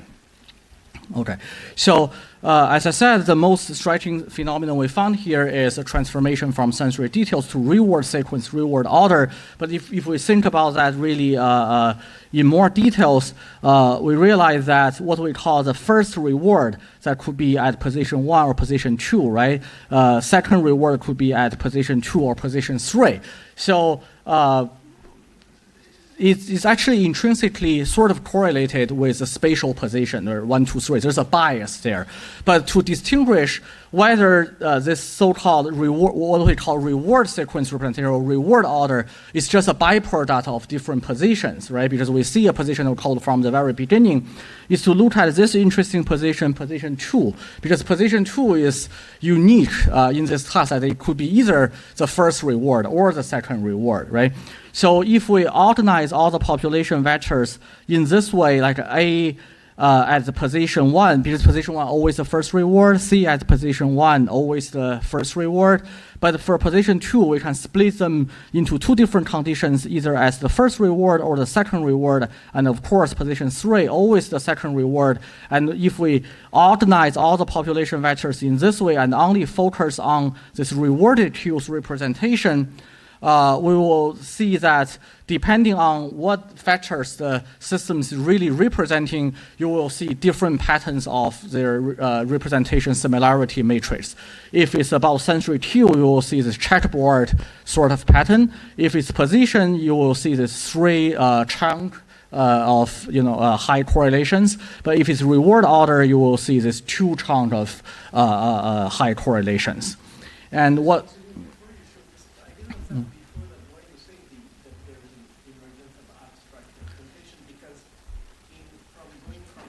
Mm-hmm.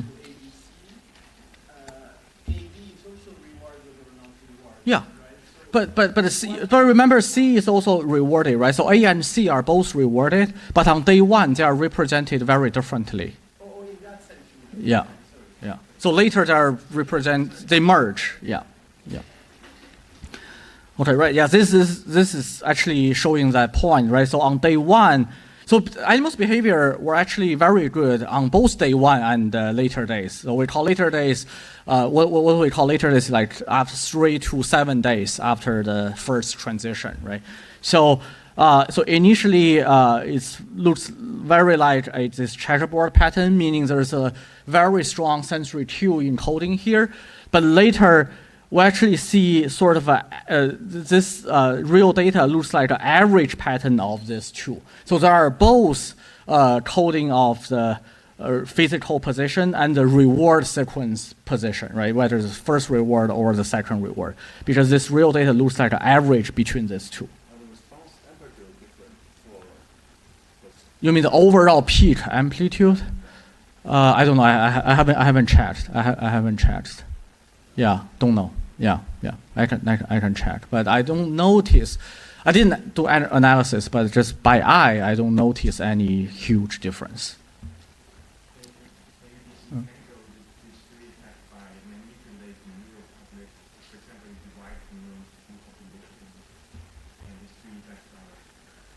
So divide neuron in 2 different populations, meaning so some neurons only representing one factor than the other. No, individual neuron almost always have mixed activity, so it's hard to divide them into. I mean, some maybe. I mean, small portion of neurons maybe is able to do that, but that's not representative for the overall population. Yeah, most of them have mixed activity. Yeah, and also actually showing the same thing here is if you do dimensionality reduction, looks like looking at the representation manifold. So initially you see 2 lines representing 2 different reward cues, right, A and C. But for the position 2, it doesn't matter whether it's the first reward or the second reward. It's always the same position. And later what happens is these 2 cue lines collapse into 1 line, but at the position 2, depending on whether it's the first reward or second reward, the representation separate out into 2 different points, right? So after seeing that, we are thinking, okay, what this abstract map is good for. So again, just to emphasize our definition of this abstract map, meaning you have different rewarded sensory cues indicating rewards, but you have the same activity from the neural populations. So we think that if the animal is indeed learning the reward sequence, as that student just asked me, this is exactly what we think.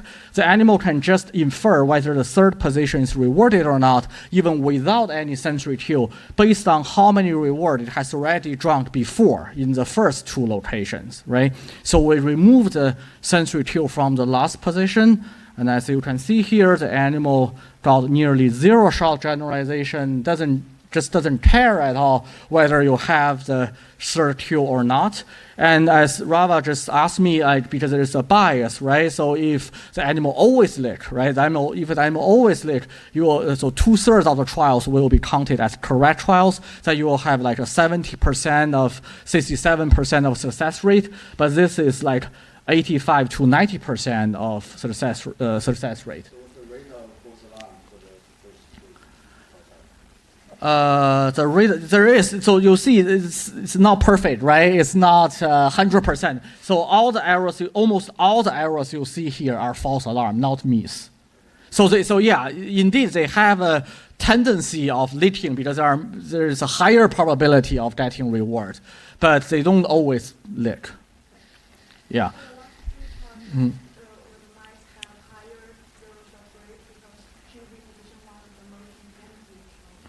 That's very interesting. That's very that's a good question.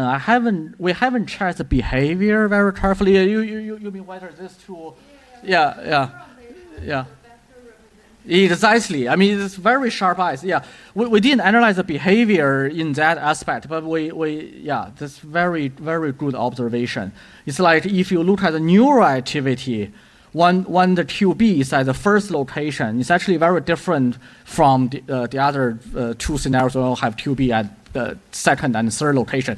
The most straightforward interpretation is if you already see, because there's only one non-rewarded Q in this trial, in one trial. If you already see that at position 1, you actually don't need to, you don't care about later Qs anymore. You just keep leaking, right? And yeah, we didn't analyze the behavior, but from the neural activity data, it does look like QB at the first location has a unique role in this task. Like, it's very different from other 4 trial types. Yes, thanks for asking me that. And okay, here. So as you can see here, for the neural activity, if the cell originally fire at a reward location with the sensory Q intact, you remove the sensory Q, the animal's behavior maintains, and the cell's activity also maintains. Okay, but if in the first 2 trial type, if the last sensory Q is supposed to be the non-rewarded Q, the animal's behavior is correct. The animal doesn't lick at those Qs, but you will see the activity goes down to almost 0. So that means there is actually a little bit of asymmetry, like for the rewarded Q, the reward sequence, for the activity at the rewarded location is representing first or the second reward, the reward sequence, but for the non-rewarded position, it's actually representing the Q itself, still representing the sensory Q, not the no reward status. Okay, and so how long should I stop now, or maybe in 5? 5 minutes, okay, great. 5 minutes, great. I thought I ran over time, sorry, okay. 5 minutes, great. Okay, so yeah, just a little bit modeling. Of course, this will look very toy model to all these fancy recurrent neural network models that you guys have heard in previous lectures. But one thing we would like to do, and actually Yao Rui, a student in our lab, is like to do is to see whether we can come up with a simple model to give us some insight about how you can get this type of, transformation of reward sequence activity, right? So what we do is a very simple recurrent neural network model. So there is a sensory input to this vanilla RNN, and there is a output that indicating whether there's a reward or not. And the input we give to the RNN is just a sequence of sensory cues. So we use start S to means start. Okay, so for example, each trial will have S A B C or S B A C, so and so on. So you have random, just like our real experiment, we have randomized sequence for A, B, and C, and S means a start. And so if you just train this network to output the reward of the current status, then you will be very boring. That's very obvious, right? Because obviously the network will represent all rewarded Q in one way, non-rewarded Q in a different way. You just see these 2 clusters, right? That's very trivial. There's nothing interesting there. But what about if the system is actually doing a next token prediction, which means actually many people propose this idea in the computational modeling of Hippocampus, thinking Hippocampus by building up a world model, what it's actually doing is a predictive code of future status. So instead of training the RNN to output the current reward status, if you train it to predict the next reward status, the RT plus 1, and also, yeah, just a little bit technical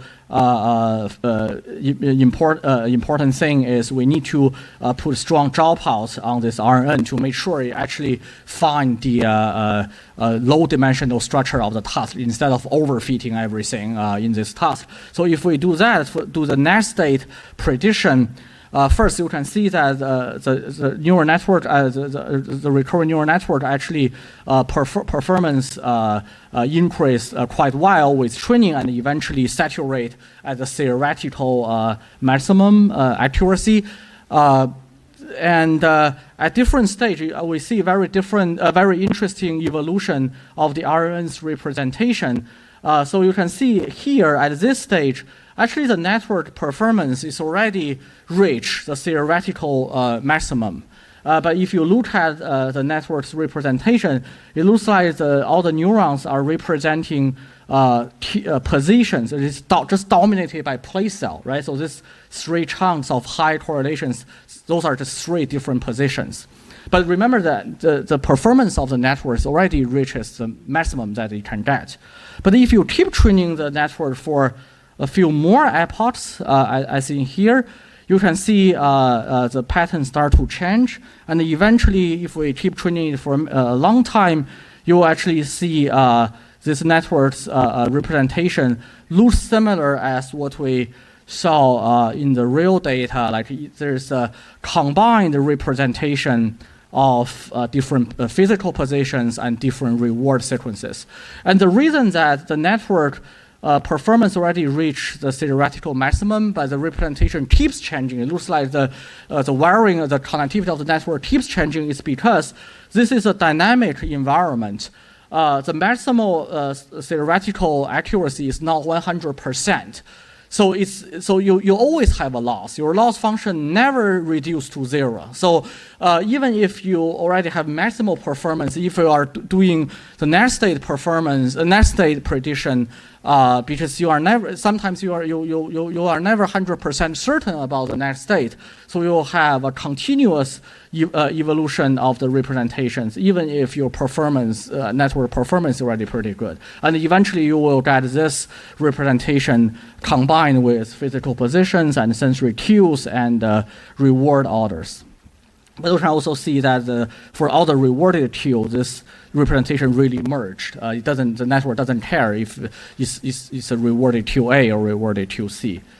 And the last thing I would like to mention is, of course, for this type of network to work in biology, you would think that this is basically the typical the traditional predictive coding scheme, right? So you have sort of mental model to predict what happens before you see that, and when the physical evidence actually comes in, you compare. You have a comparator to compare, how what's the error you have and modify your model. So if we follow this framework, somehow the network need to maintain a prediction from the earlier step, from t, and compare the evidence at t+1, right, to compare these two things.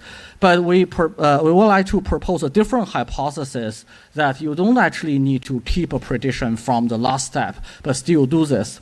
So a little bit hint of this is, if you look at what's the so when does this change happens, this merging of two rewarded queue and separating the reward order based on first or second reward happens, it actually doesn't, most of the changes doesn't really happen online when the animal is actively engaging in performing the behavior. So in most animals, you put them up on the RAID on one day to look at, to do the imaging, to look at the activity. It looks one way, and on the next day, it looks completely a different way. And this can keep going across several different days. And so we think this means that probably it's an offline learning process that really drives the abstraction of the cognitive map in Hippocampus. So most likely from replay activity in Hippocampus. And for replay, one thing is, there's some debate in the field, but I think most people, believe that replay activity initiated mostly in Hippocampus and then propagated into a brain-wide manner, for example, to the sensory cortex, to visual cortex. So this famous paper from Zhou and Matt Wilson shows that even in visual cortex, you can record this nice replay sequence. But I think it's should be obvious to you that if you compare the replay sequence when the animal is resting versus the real activity when the animal is actually running on a track, this is a much noisier version of this. So you can never have 100% accurate replay, in rest time, right? So what we think is, because if this representational change really happens offline during the replay, then what happens is, maybe the system is still doing a sort of a supervised learning, predicting the current reward, not the next state reward. So now it's not a next state prediction, it's just a current prediction. But a tweak here is with a very strong noise on the input, on the sensory input, because this is not by the bottom-up input from retina to Adrienne to visual cortex and then to hippocampus. It's from some replayed event in visual cortex. So if you have a strong noise in the input part, so yeah, yesterday I think Shanshan talked about if you have synaptic noise, right, injected into a system, you can see a certain pattern of representational drift. But so what we tried here is have input noise in the system. Then our hypothesis is maybe during replay event, the system is still doing sort of a supervised learning, but with very noisy input. And of course, just as a toy model, the most noisy input we can have is just randomly mask out some input at a certain probability. And if we do that, you will also see that if you let the system even output the current reward status instead of the next one, you still see the emergence of reward sequence representation and combined positional representation. Okay, so that's all. So a little bit summary is we think the hippocampus neuroactivity can be transformed into a Q-invariant reward sequence representation that may support inference behavior of the animal. And if I borrow this feature from Stefano Fusi's paper, and they show that there are two ways of abstraction, basically, in the mind. One is you still represent everything, every sensory details, but you represent them in a way that different sensory cues with the same behavioral meaning can be nicely linearly separated out by a single hyperplane. Or the most extreme case is you just completely merged different sensory cues, all sensory details together to just represent the behaviorally relevant task fetchers. And I think what we showed is that in mouse there's a process from this stage to this stage where you continue, when the animal continue to learn in this dynamic environment. And with this, I would like to thank everyone in the lab and the funding agencies. Thanks.